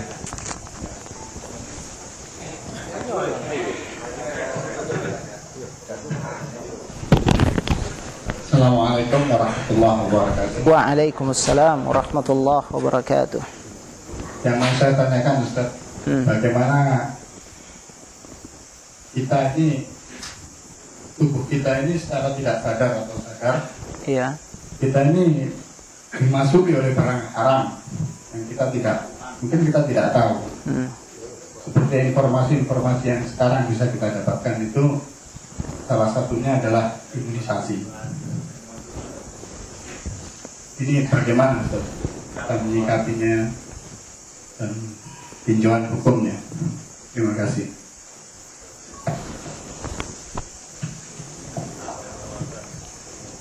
Ya. Yang pertama yang harus kita lakukan dalam kondisi-kondisi yang semacam ini adalah kita melakukan tabayyun terlebih dahulu. Kita melakukan semacam pengecekan, apakah betul bahwa itu berasal dari barang yang haram misalnya. Termasuk imunisasi yang berkembang ini kan isunya misalnya meningitis yang kemarin itu, bagi mereka jamaah haji yang akan pergi haji, mereka harus diimunisasi meningitis, dan itu katanya berasal dari babi, enzim babi dan seterusnya. Kita cek kepada yang ahli, karena kita disuruh bertanya kepada ahlinya. Fas'alu ahla dzikri in kuntum la ta'lamun. Kita cek benar nggak semacam itu. Seandainya memang benar semacam itu, ya berasal dari barang yang haram, anggaplah benar semacam itu. Sementara kemudian kita harus melaksanakan ibadah haji, dan ibadah haji itu syaratnya ya adalah harus dengan imunisasi meningitis. Kalau ibadah hajinya itu yang pertama berarti wajib kan? Wajib. Karena dia wajib, sementara ini adalah sesuatu yang sifatnya tidak bisa kita elakkan. Dalam kondisi yang semacam ini sebagian ulama membolehkan, sifatnya darurat karena ini wajib. Kita tidak bisa mengelakkan. Tapi kalau bagi yang ibadah hajinya sunnah, ya dia bisa tidak pergi haji misalnya, maka ulama kita memberikan fatwa kita tidak boleh, ya, karena ini bukan wajib buat dia, kecuali kalau memang ini sifatnya wajib, darurat. Au darurat tubihul mahdhurat. Sesuatu yang sifatnya darurat itu membuat boleh kita mengkonsumsi sesuatu yang dilarang. Tapi dalam kondisi tidak darurat, maka tidak boleh. Ya, jadi kita harus melihat kepada kondisi daruriyah yang ada di dalamnya, semacam itu. Dan ini berlaku kepada semua hal. Ya, kalau ada orang misalnya kelaparan, dia tidak bisa mati dia kalau tidak makan misalnya. Sementara yang ada di hadapannya barang yang haram misalnya, ya boleh karena itu sifatnya darurat. Ya, nah segala hal yang sifatnya darurat diperbolehkan. Nah ini yang apa namanya yang menjadi fatwa para ulama. Wallahu a'lam.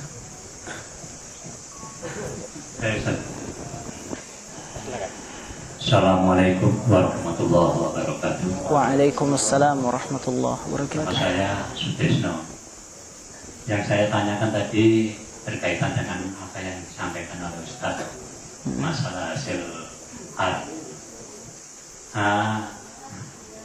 Ada seorang tua punya anak kecil ya, dia sering mendapatkan hasil haram, dan anak kecil ini tidak tahu tentang masalah itu, sehingga dibina dia sangat sulit sekali.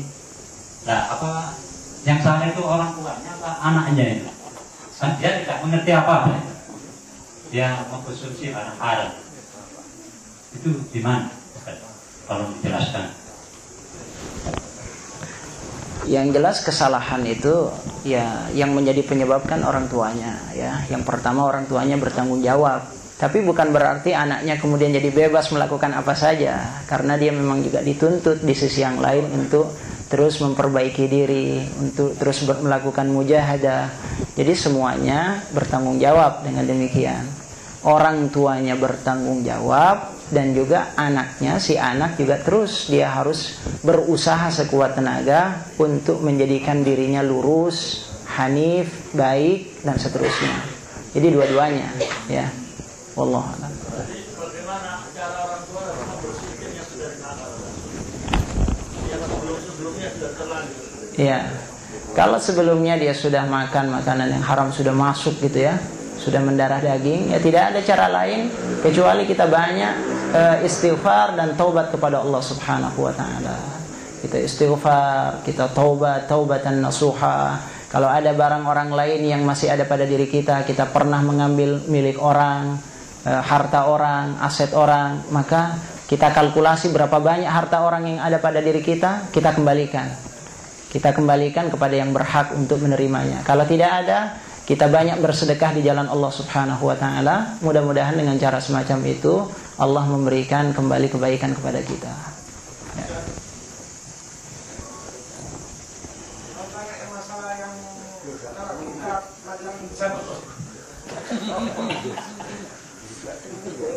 kalau kita kemasukan satu suap saja kita ditolak sama Allah 40. Ya. Itu ditolak, maksud amalan itu apa? Maksud amalan apa yang ditolak? Ya, amal-amal saleh, amal ibadah kita kepada Allah Subhanahu wa taala. Ya, salat kita. Iya, salat tadi yang disebutkan salat ya. Salat kita. 40 hari Ustaz. Saya pikir-pikir dalam satu bulan 3 kali Jumatan, kalau kita ditolak semua kan kita kafir. Ya, itu logika kita. Ini babnya lain. Ini bab tertolaknya amal. Ya. Jadi tidak secara otomatis berlaku semacam itu. Tidak otomatis. Iya, tidak otomatis begitu. Ya. Jadi ada bab per bab yang harus kita pisahkan. Ini bab mengenai tertolaknya amal. Ya. Nah, kalau kita terus berada dalam kondisi yang semacam ini, apalagi kemudian kita merasa bahwa memakan barang yang haram itu tidak ada masalah, misalnya. Ini yang mengkhawatirkan. Nggak usah menunggu sampai beberapa hari kita makan, ya. Satu kali kita makan barang yang haram dengan kesadaran, dengan pengakuan dalam diri kita atau keyakinan bahwa ini tidak apa-apa, ini sudah menjurus kepada kufur, kafir ya. Iya, kalau dia memakannya dengan perasaan ini tidak apa-apa. Contoh. Iya, dia makan misalnya, ada makanan, ini khamar misalnya. Ada orang minum khamar, tapi dengan nggak boleh, cuma hawa nafsunya pengen minum, dia minum.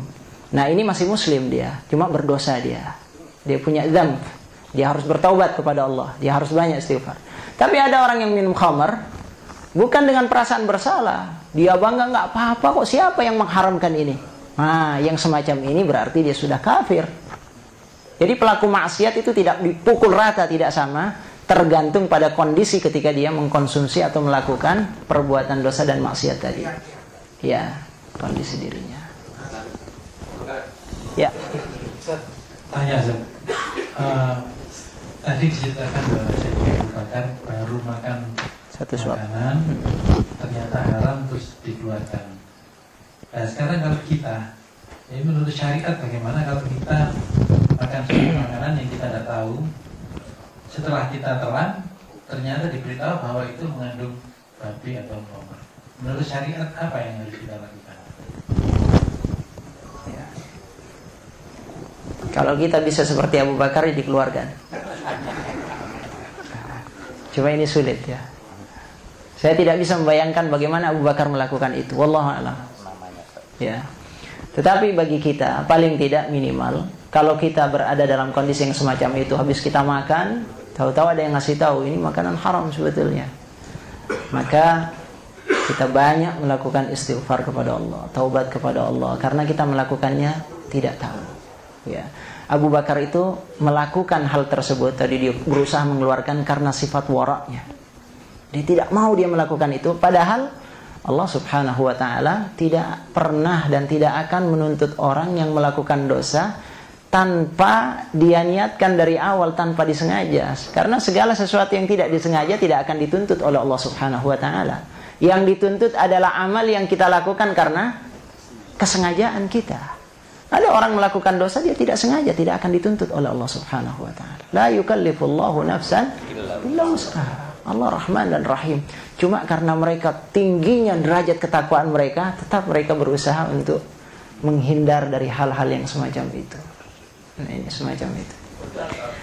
Sebelum ya, orang yang saya mau tanya posisinya orang hukumnya orang ini, banyak orang yang melakukan perbuatan haram. Waktu diingatkan sama sih belum bisa meninggalkan. Misalnya sebagian ulama mengharamkan rokok. Ya, jamaah tolong berhenti rokok. Bisa berikan perbuatan. Kalau dokter yang nyuruh dia berhenti. Tapi kalau agama yang nyuruh, syariat yang nyuruh, dia tidak mau berhenti karena alasan belum bisa. Posisinya Ahmad ini bagaimana? sama seperti yang tadi itu. Jadi dia mengkonsumsi sesuatu, memakan sesuatu, karena apa? Kalau dia melakukan pelanggaran, melakukan dosa dengan perasaan tidak apa-apa, tidak dilarang, ini boleh dan sebagainya, padahal jelas-jelas dilarang, maka konsekuensinya dia keluar dari al-Islam, ya. Tapi kalau yang membuat dia masih tetap saja melakukan dosa dan maksiat itu hawa nafsunya yang terus nggak bisa, nih hawa nafsu saya terus mengganggu saya misalnya, nah itu tidak sampai mengeluarkan dia dari al-Islam. Jadi ada fiskun duna fisk. Jadi ada kefasikan yang tidak membuat orangnya keluar dari agama. Kufrun duna kufrin. Ada kekufuran yang tidak membuat orang pelakunya keluar dari agama. Cuma kondisi ini sangat rawan, berbahaya gitu. Kalau terus dibiarkan, khawatir lama-kelamaan dia akan keluar dari al-Islam. Ya, karena itu sebaiknya cepat kita meninggalkan hal-hal yang dilarang oleh Allah Subhanahu wa ta'ala. Saya ingin membacakan hadis tadi yang diminta tentang al-harir. Ini ada hadis yang lain muttafaqun alaih. La talbasul harir fa inna man labisahu fid dunya lam yalbashu fil akhirah. Ini diantaranya, masih banyak hadis yang lain. Jangan kalian, terutama kaum laki-laki, jangan kalian kaum laki-laki memakai al-harir, sebab siapa yang memakainya di dunia, dia tidak akan memakainya di akhirat. Padahal nanti orang yang masuk ke dalam surga diberikan oleh Allah al-harir. Mereka bisa memakai al-harir. Artinya kalau mereka tidak bisa memakainya di akhirat nanti, mereka tidak masuk surga. Na'udzubillah min dzalik. Ya. Ini muttafaq alaih. Hadis Al-Bukhari wa Muslim. Ya. Assalamualaikum warahmatullahi wabarakatuh. Waalaikumsalam. Alhamdulillah ada kesempatan bertanya lagi. Perlu saya sampaikan sama hadirin. Kemarin saya ikut di Al-Irsyad. Saya bertanya tentang tabungan. Sebelumnya saya masih ragu-ragu bahwa menabung di BCA, di BNI dan konvensional yang lainnya itu saya dengar dulu itu haram. Tapi saya belum yakin, saya tetap. Tapi kemarin setelah Ustadz ngomong ini 100% haram. Sudah mantap, Ustadz bilang tidak ada keraguan, seluruh ulama mengharamkan itu. Tapi sayangnya di media televisi, koran, ulama-ulama kita ini bingkem. Tidak ada seruan kepada umat Islam untuk meninggalkan bank konvensional karena itu haramnya 100%.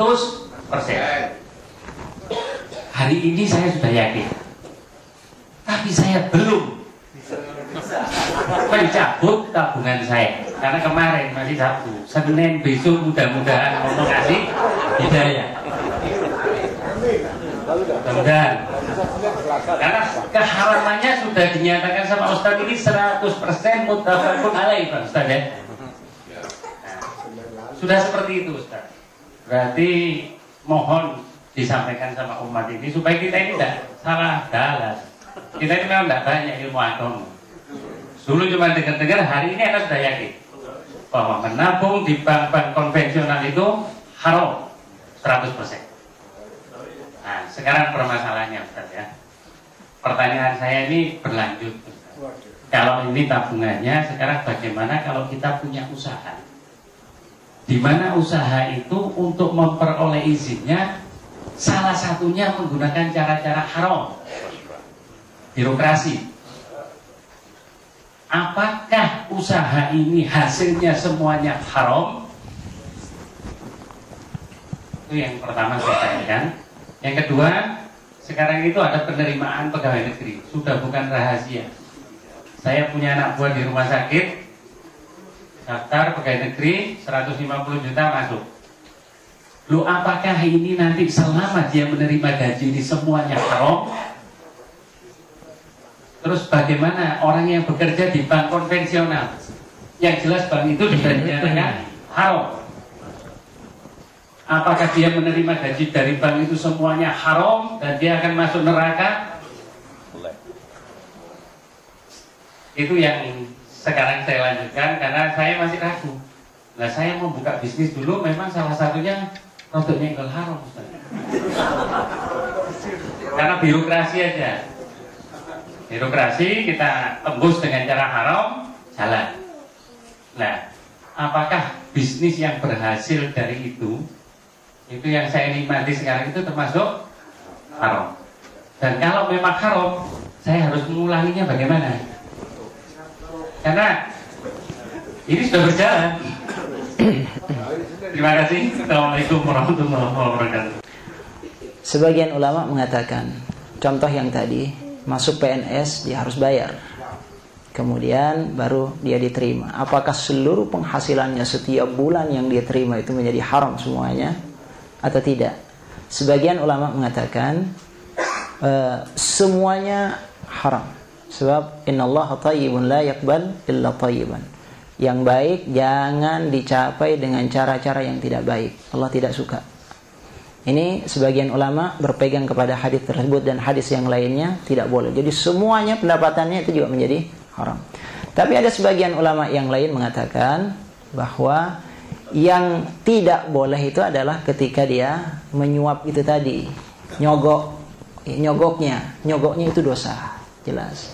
Tapi pendapatan yang dia dapatkan karena dia sudah bekerja, hasil dari pekerjaan yang dia tunaikan, dia lakukan, misalnya masuk jam 7, keluar jam asar, ya misalnya ya, jam 4 sore atau jam 3 sore dia keluar, dia bekerja itu, dia memang berhak mendapatkan gaji. Sehingga dipisahkan. Nah, ada sebagian ulama yang memisahkan, nyogoknya haram, tidak boleh. Tetapi pendapatan yang dia dapatkan hasil dia bekerja dan memang dia pantas untuk mendapatkan upah, kecuali dia tidak mendapatkan upah, tidak bekerja, dia tahu-tahu dapat upah gaji, ya. Nah itu tidak boleh. Tapi dia dapat gaji itu karena dia bekerja sesuai dengan kewajiban yang harus dia lakukan. Nah sehingga para ulama yang kedua ini mengatakan boleh gajinya tetap bisa dimakan. Jadi ada ikhtilaf di antara para ulama ini. Karena itu saya sebutkan. Nah, kita pilih mana yang lebih menenangkan hati kita. Mana yang lebih istafti qalbak. Ya, minta fatwa ke dalam hati kita. Kira-kira mana yang membuat hati kita lebih nyaman. Kita cenderung kepada pendapat apa? Bukan berdasarkan hawa nafsu, tapi kita lihat memang. Kita pelajari lagi. Agar sesuatu yang masih syubhat bagi kita menjadi tidak lagi syubhat. Kita menjadi lebih nyaman dan tenang dalam melaksanakannya. Itu yang kaitan dengan ya, dengan bank konvensional juga semacam itu. Pegawai misalnya bank yang bekerja di bank konvensional, ini kondisinya kita lihat apa kondisinya mereka bekerja di bank konvensional itu karena kondisi darurat atau tidak. Ini yang harus kita petakan dulu, kita harus lihat dulu. Nah, saya tertarik dengan pendapatnya Qardawi karena saya baca memang yang punya pandangan luas dalam masalah ini, masalah kontemporer semacam ini adalah diantaranya beliau. Kita punya banyak ulama, Tapi saya lihat beliau punya pendapat-pendapat yang berbeda gitu. Melihat berbagai sisi, tidak hanya satu sisi. Beliau mengatakan, kita lihat kondisinya sekarang ini. Kita timbang-timbang antara maslahat dan mudaratnya. Kata beliau, kalau seandainya orang yang bekerja di bank konvensional itu berada dalam kondisi darurat, dia bekerja di situ. Di antara bentuk kedaruratannya adalah sekarang ini ekonomi ini yang berkembang di beberapa negara, misalnya termasuk di Indonesia, dikuasai perekonomian kita oleh bank-bank konvensional atau bank syariah. Konvensional. Bagaimana dampaknya seandainya semua kaum muslimin keluar dari bank konvensional ini, semuanya keluar, sehingga ekonomi ini yang menjadi basis ekonomi ini dipegang oleh orang-orang non-muslim. Kira-kira hancur nggak ekonomi kita? Nah, beliau melihat sisi itu. Karena itu beliau mengatakan pelan-pelan, katanya. Jadi kita harus melihat kepada kondisi yang terjadi. Tadarruj, ada proses yang bertahap. Sambil kita berusaha, kita tidak nyaman memang dengan kondisi semacam ini. Kita tidak tenang dengan kondisi yang semacam ini. Kita berusaha meninggalkannya, cuma harus ada strategi untuk meninggalkannya. Harus ada strategi. Sebab ada hal yang lain yang harus menjadi pertimbangan. Nah, ini yang disebutkan oleh beliau. Jadi saya hanya mengumpulkan pendapat beliau. Kalau kita merasa bahwa bekerja di bank konvensional itu sekarang ini masih dalam kondisi darurat, silahkan. Tapi kalau kita merasa tidak dalam kondisi darurat, kita bisa meninggalkan, kita bisa pindah ke bank-bank syariah, kita bisa mencari pekerjaan yang lain, dan kita sudah menyiapkan antisipasi terhadap hal ini semuanya. Bismillah, mudah-mudahan kita dibantu semuanya oleh Allah Subhanahu wa ta'ala. Jadi semacam itu. Jadi kita tidak gegabah ketika melangkah, semuanya ada perhitungannya. Yang kita cari adalah ridha dari Allah Subhanahu wa ta'ala. Bedanya apa bang syariah atau bang konvensional?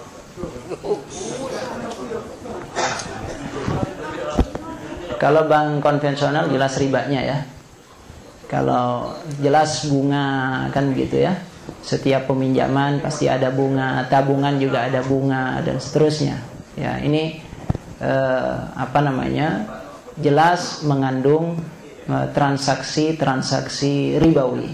Tapi kalau bank syariah, transaksi yang dilakukan di dalamnya bukan lagi transaksi ribawi. Ada mudharabah di dalamnya, ada bagi hasil, ya, ada murabahah, dan ada transaksi-transaksi yang lain yang sesuai dengan nilai-nilai syariah.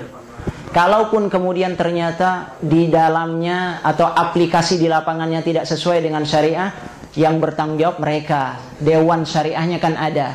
Kita sudah berusaha untuk menunaikan secara syariah, tetapi kalau ternyata tidak sesuai dengan syariah, ya kita tidak bisa dituntut dengan itu karena kita sudah berusaha untuk melakukan itu. Ya, wallah.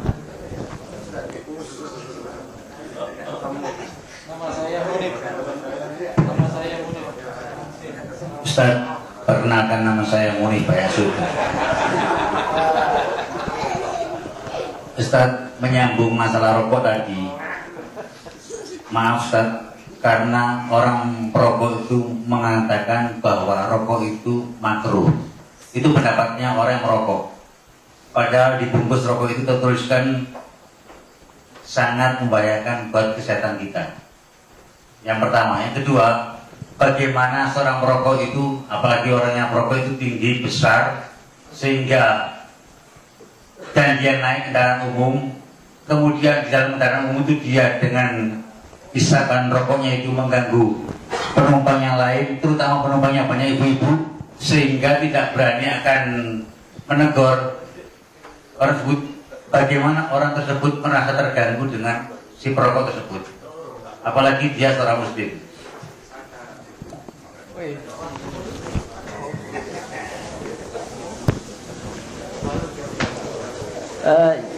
Hukum rokok ini jelas ya, sebetulnya sudah jelas.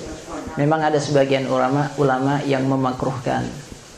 Tapi kalau kita melihat dalil-dalil yang ada, kita lihat hujah-hujahnya yang disebutkan oleh mereka, memang lebih dekat kepada haram. Ya. Ada banyak alasan kenapa rokok ini lebih dekat kepada yang haram. Yang pertama, Allah Subhanahu wa ta'ala tidak membolehkan kita untuk menceburkan diri ke dalam bahaya. Wala tulqu bi aidikum ila tahlukah. Tidak boleh menceburkan diri dalam bahaya, dalam kebinasaan. Nah, ketika kita merokok, kita terus mengkonsumsi racun demi racun yang itu sangat berbahaya. Ini ada dokternya yang nanti bisa menjelaskan bagaimana racun-racun yang dihirup itu setiap harinya dari rokok-rokok itu. Tidak boleh. Ya. Segala hal yang membuat kita binasa dan bahaya tidak boleh dilakukan. Nah, itu prinsip agama. Ya, termasuk di dalamnya itu. Kemudian yang kedua, dia masuk dalam tabdzir, mubadzir. Innal mubadzirina kanu ikhwana syayatin. Kita hafal betul itu. Dia tidak hanya mubadzir sebetulnya, lebih dari mubadzir. Sebagian ulama mengatakan kalau mubadzir itu menyia-nyiakan sesuatu, tidak memberikan dampak buruk. Tapi ini tidak hanya sekedar mubadzir, dia juga memberikan dampak buruk kepada diri kita dan orang-orang di sekitar kita.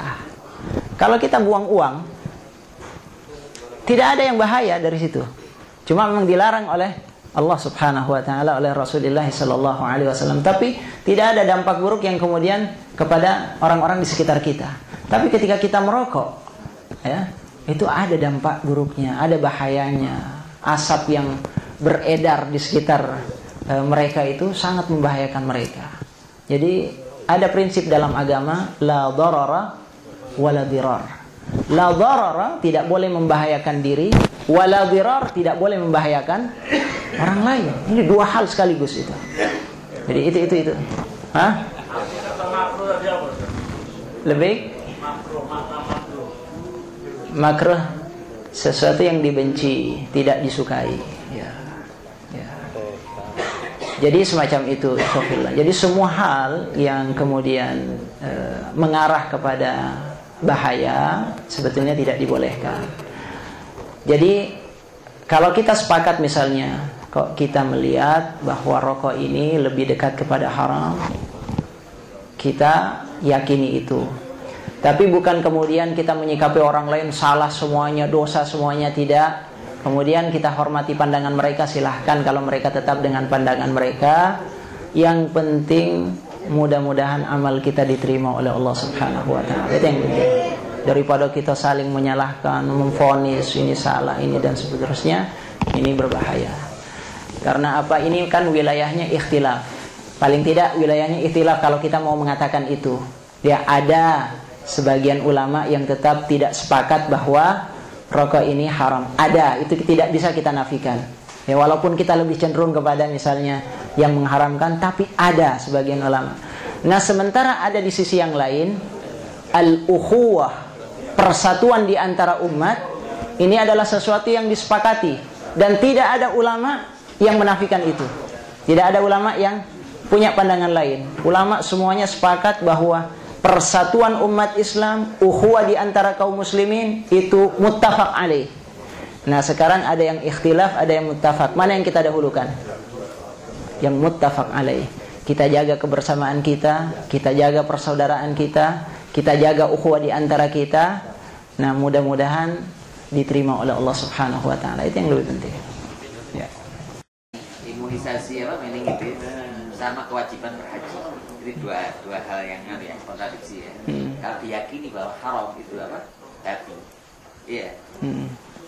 Untuk melakukan haji yang wajib dengan melanggar apa? Lebih wajib mana? Menghindari kemasukan barang haram dengan berangkat haji itu sendiri. Ya. Kewajiban. Iya, jadi ada sebagian yang membolehkan itu karena sifatnya darurat tadi. Karena ini sifatnya darurat, dia tidak bisa tidak harus melakukannya dan kondisinya terpaksa, maka sebagian ulama ini membolehkan untuk melakukan imunisasi meningitis dalam kondisi terpaksa itu tadi. Dan itu kalau tidak salah sudah difatwakan oleh MUI masalah itu. Ya, adapun dalam kondisi tidak darurat, ya jelas tidak boleh, tidak ada dispensasi. Ya. Jadi lihat kepada kondisinya, apakah darurat atau tidak. Ya. Mafhum ya? Yang tanya kewajiban. Ya. memasukkan barang haram sama berangkat haji sama-sama wajib. Menghindari kemasukan babi kan sebuah kewajiban. Iya. Berangkat haji sebuah kewajiban. Pokoknya lebih tinggi. Iya, tergantung. Kita lihat apa namanya. Yang pertama, yang satu ini, imunisasi ini kan kemungkinannya masih banyak. Nah, kalau diyakini, aku yakin memang haram. Sesuai dengan penelitian misalnya, jelas macam itu. Nah, sama-sama wajib. Ya, sama-sama wajib. Kaitan dengan bobotnya, wallahu alam. Mana yang harus kita dahulukan atau prioritaskan, wallahu alam. Nah, kalau dikaitkan dengan kaidah usul yang menyatakan bahwa malayatul wajib illa bi, bahwa wajib tidak anus, yakni berarti kita harus melanggar hukum dulu baru melakukan tergantung, ya tergantung. Karena itu tadi saya mengatakan bahwa kondisinya darurat atau tidak. Kalau kita melanggarnya karena kondisinya darurat, tidak ada masalah. Karena kondisinya darurat. Jadi ini berbeda, ya berbeda. Usul tadi tidak bisa dimasukkan ke dalam ini. Jadi berbeda ininya. Ustaz, yang menambahi sedikit masalah ini. Sekarang ini kita tidak perlu khawatir karena meningitis ini, pertama meningitis ini kita tidak perlu suntik meningitis karena kita bisa beli surat bahwa kita suntik meningitis. Tapi nyogok dari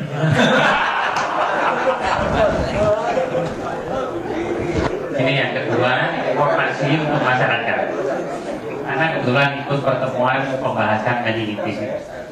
Jadi awal memang merek Enrus meningitisnya itu babi. Ya, setelah dilakukan blow up, kemudian dihilangkan. Sekarang ini semua meningitisnya sudah bukan babi.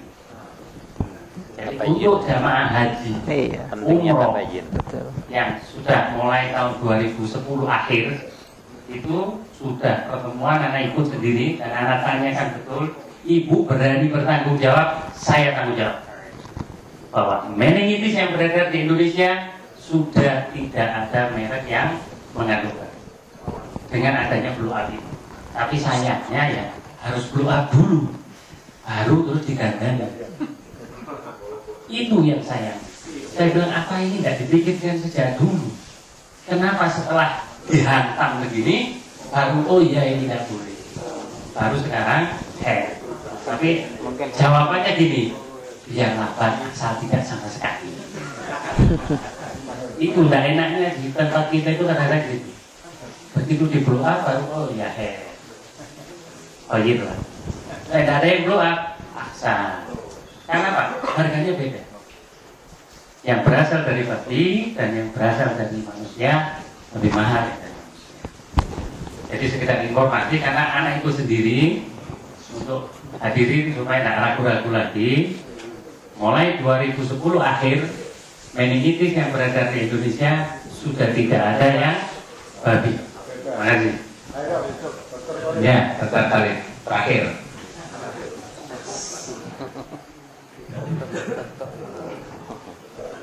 Terima kasih. Assalamualaikum warahmatullahi wabarakatuh. Waalaikumsalam. Kalau menanggapi masalah meningitis, saya pelakunya. Saya yang nyuntik. Memang benar Dr. Rasid bilang bahwa sebelum 2010 yang merek Rose itu ada babi. Cuman kenapa itu diterapkan di negara ini? Itu yang menjadi pertanyaan kita. Berarti kan banyak orang yang haram sudah disengaja untuk kegiatan yang suci. Nah, sekarang ini sudah memang tidak ada karena ada penelitiannya. Tidak tahu setelah ini nanti akan terjadi apa. Nah, yang perlu saya ingatkan, di rumah sakit besar ada obat yang memang isinya vaksin babi untuk jantung. Namanya Lovenox. Harganya 6 juta. Saya pelakunya juga Ustaz. Dan dokter jantungnya juga mengingatkan ke saya. Tolong ini ada vaksin babi. Kalau keluarganya setuju, memang obatnya Chesplug untuk pasien serangan jantung. Ada gantinya? Tidak ada. Mitunya atau yang sejenisnya tapi isinya beda, ada. Lebih murah. Nah ini bermasalah juga. Jadi kalau mungkin jamaah di sini kalau dimintai injeksi Lovenox, hati-hati karena itu isinya babi. Kalau rumah sakit kecil mungkin di Jombang sedikit. Kalau di Surabaya, Gresik itu dokter jantungnya sudah intervensi dan itu manfaatnya memang kelihatan. Kalau itu irama jantungnya sudah infak, dikasih itu saya lihat sendiri turun dan normal. Nah ini masalah di kita. Ya memang itu buat saya jadi bingung kadang-kadang di rumah sakit. Mungkin itu aja, Ustaz. Terima kasih. Komentar.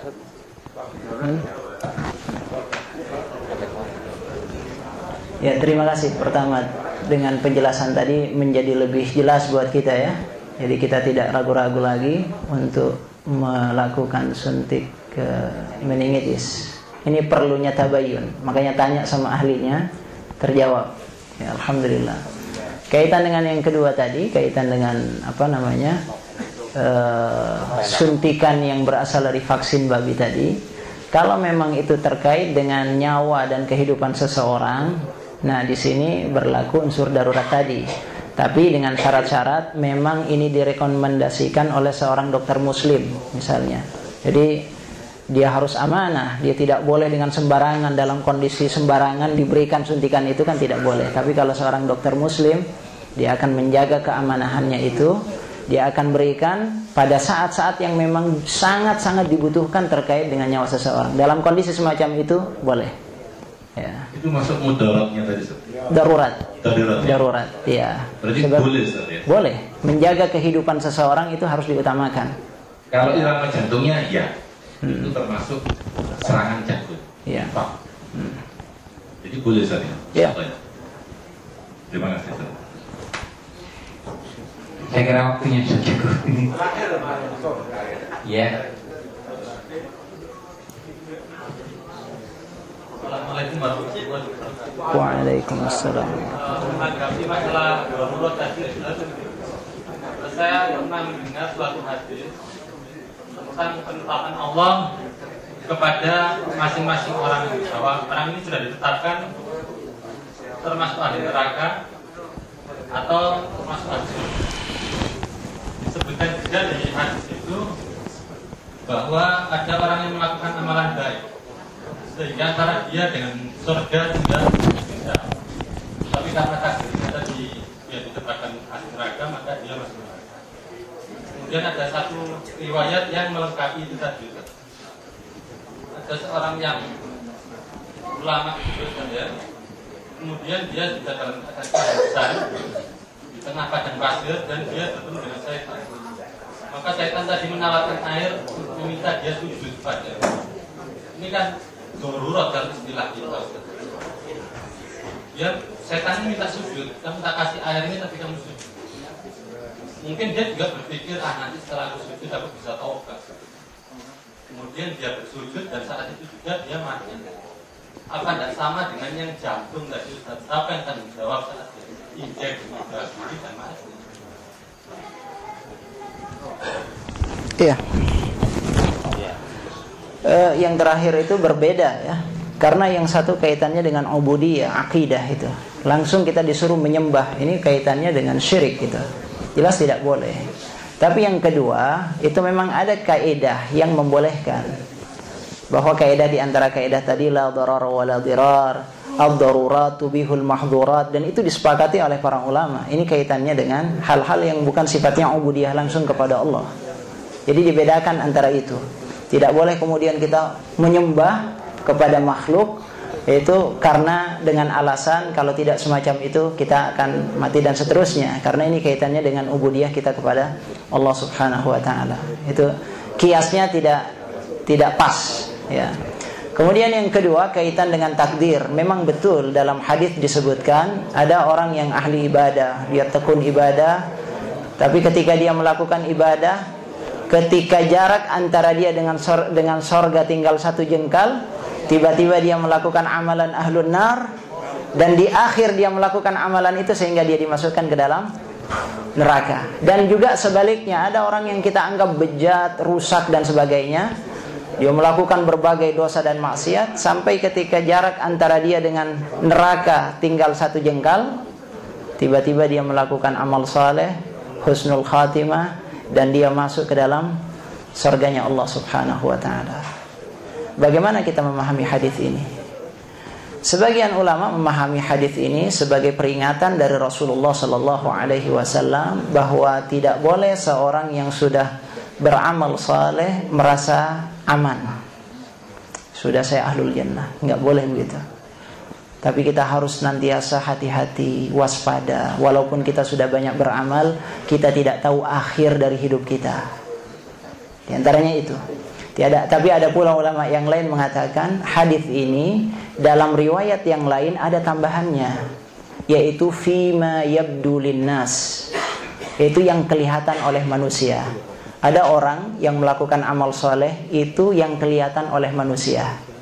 Di akhir hidupnya ditampakkan yang sebenarnya oleh Allah bahwa dia tidak semacam yang disangka oleh manusia. Artinya ada orang yang melakukan kebaikan, secara zahir orang melihat kebaikan, tapi sebetulnya dia melakukan kebaikan, Allah tahu bahwa niatnya rusak, motivasinya tidak benar.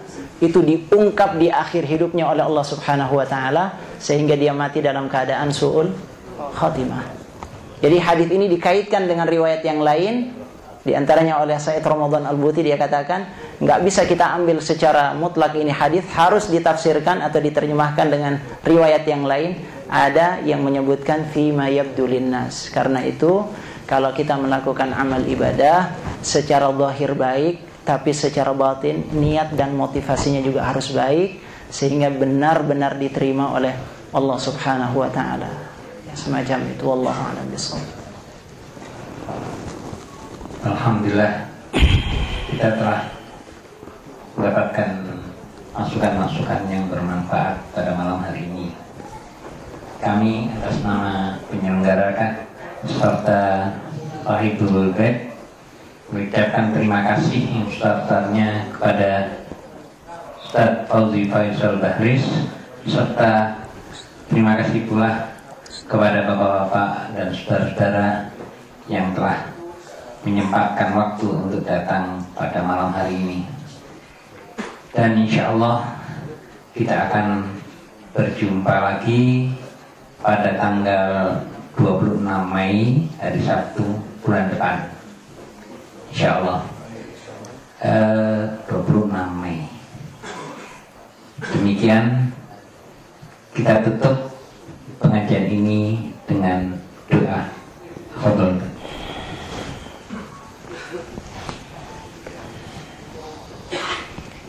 Astaghfirullahaladzim, astaghfirullahaladzim, astaghfirullahaladzim. Alhamdulillahi rabbil alamin, hamdan yuwafi ni'amahu wa yukafi mazidah. Ya Rabbana lakal hamdu kama yanbaghi li jalali wajhika wa 'azimi sultanik. Allahumma salli ala sayyidina Muhammad wa ala ali sayyidina Muhammad. Allahumma inna nas'aluka bi annana nashhadu annaka antallah لا إله إلا أنت الأحد الصمد الذي لم يلد ولم يولد ولم يكن له كفوا أحد. اللهم إنا نسألك لسانا رطبا بذكرك وقلبا مفعما بشكرك وبدنا هينا لينا بطاعتك. اللهم إنا نسألك إيمانا كاملا ونسألك قلبا خاشعا ونسألك لسانا ذاكرا ونسألك علما نافعا ونسألك يقينا صادقا ونسألك دينا قيما ونسألك العافية من كل بلية ونسألك تمام الغنى عن الناس. وهب لنا حقيقة الإيمان بك حتى لا نخاف ولا نرجو غيرك ولا نعبد شيئا سواك. واجعل يدك مبسوطة علينا وعلى أهلينا وأولادنا ومن معنا برحمتك ولا تكلنا إلى أنفسنا طرفة عين ولا أقل من ذلك يا نعم المجيب.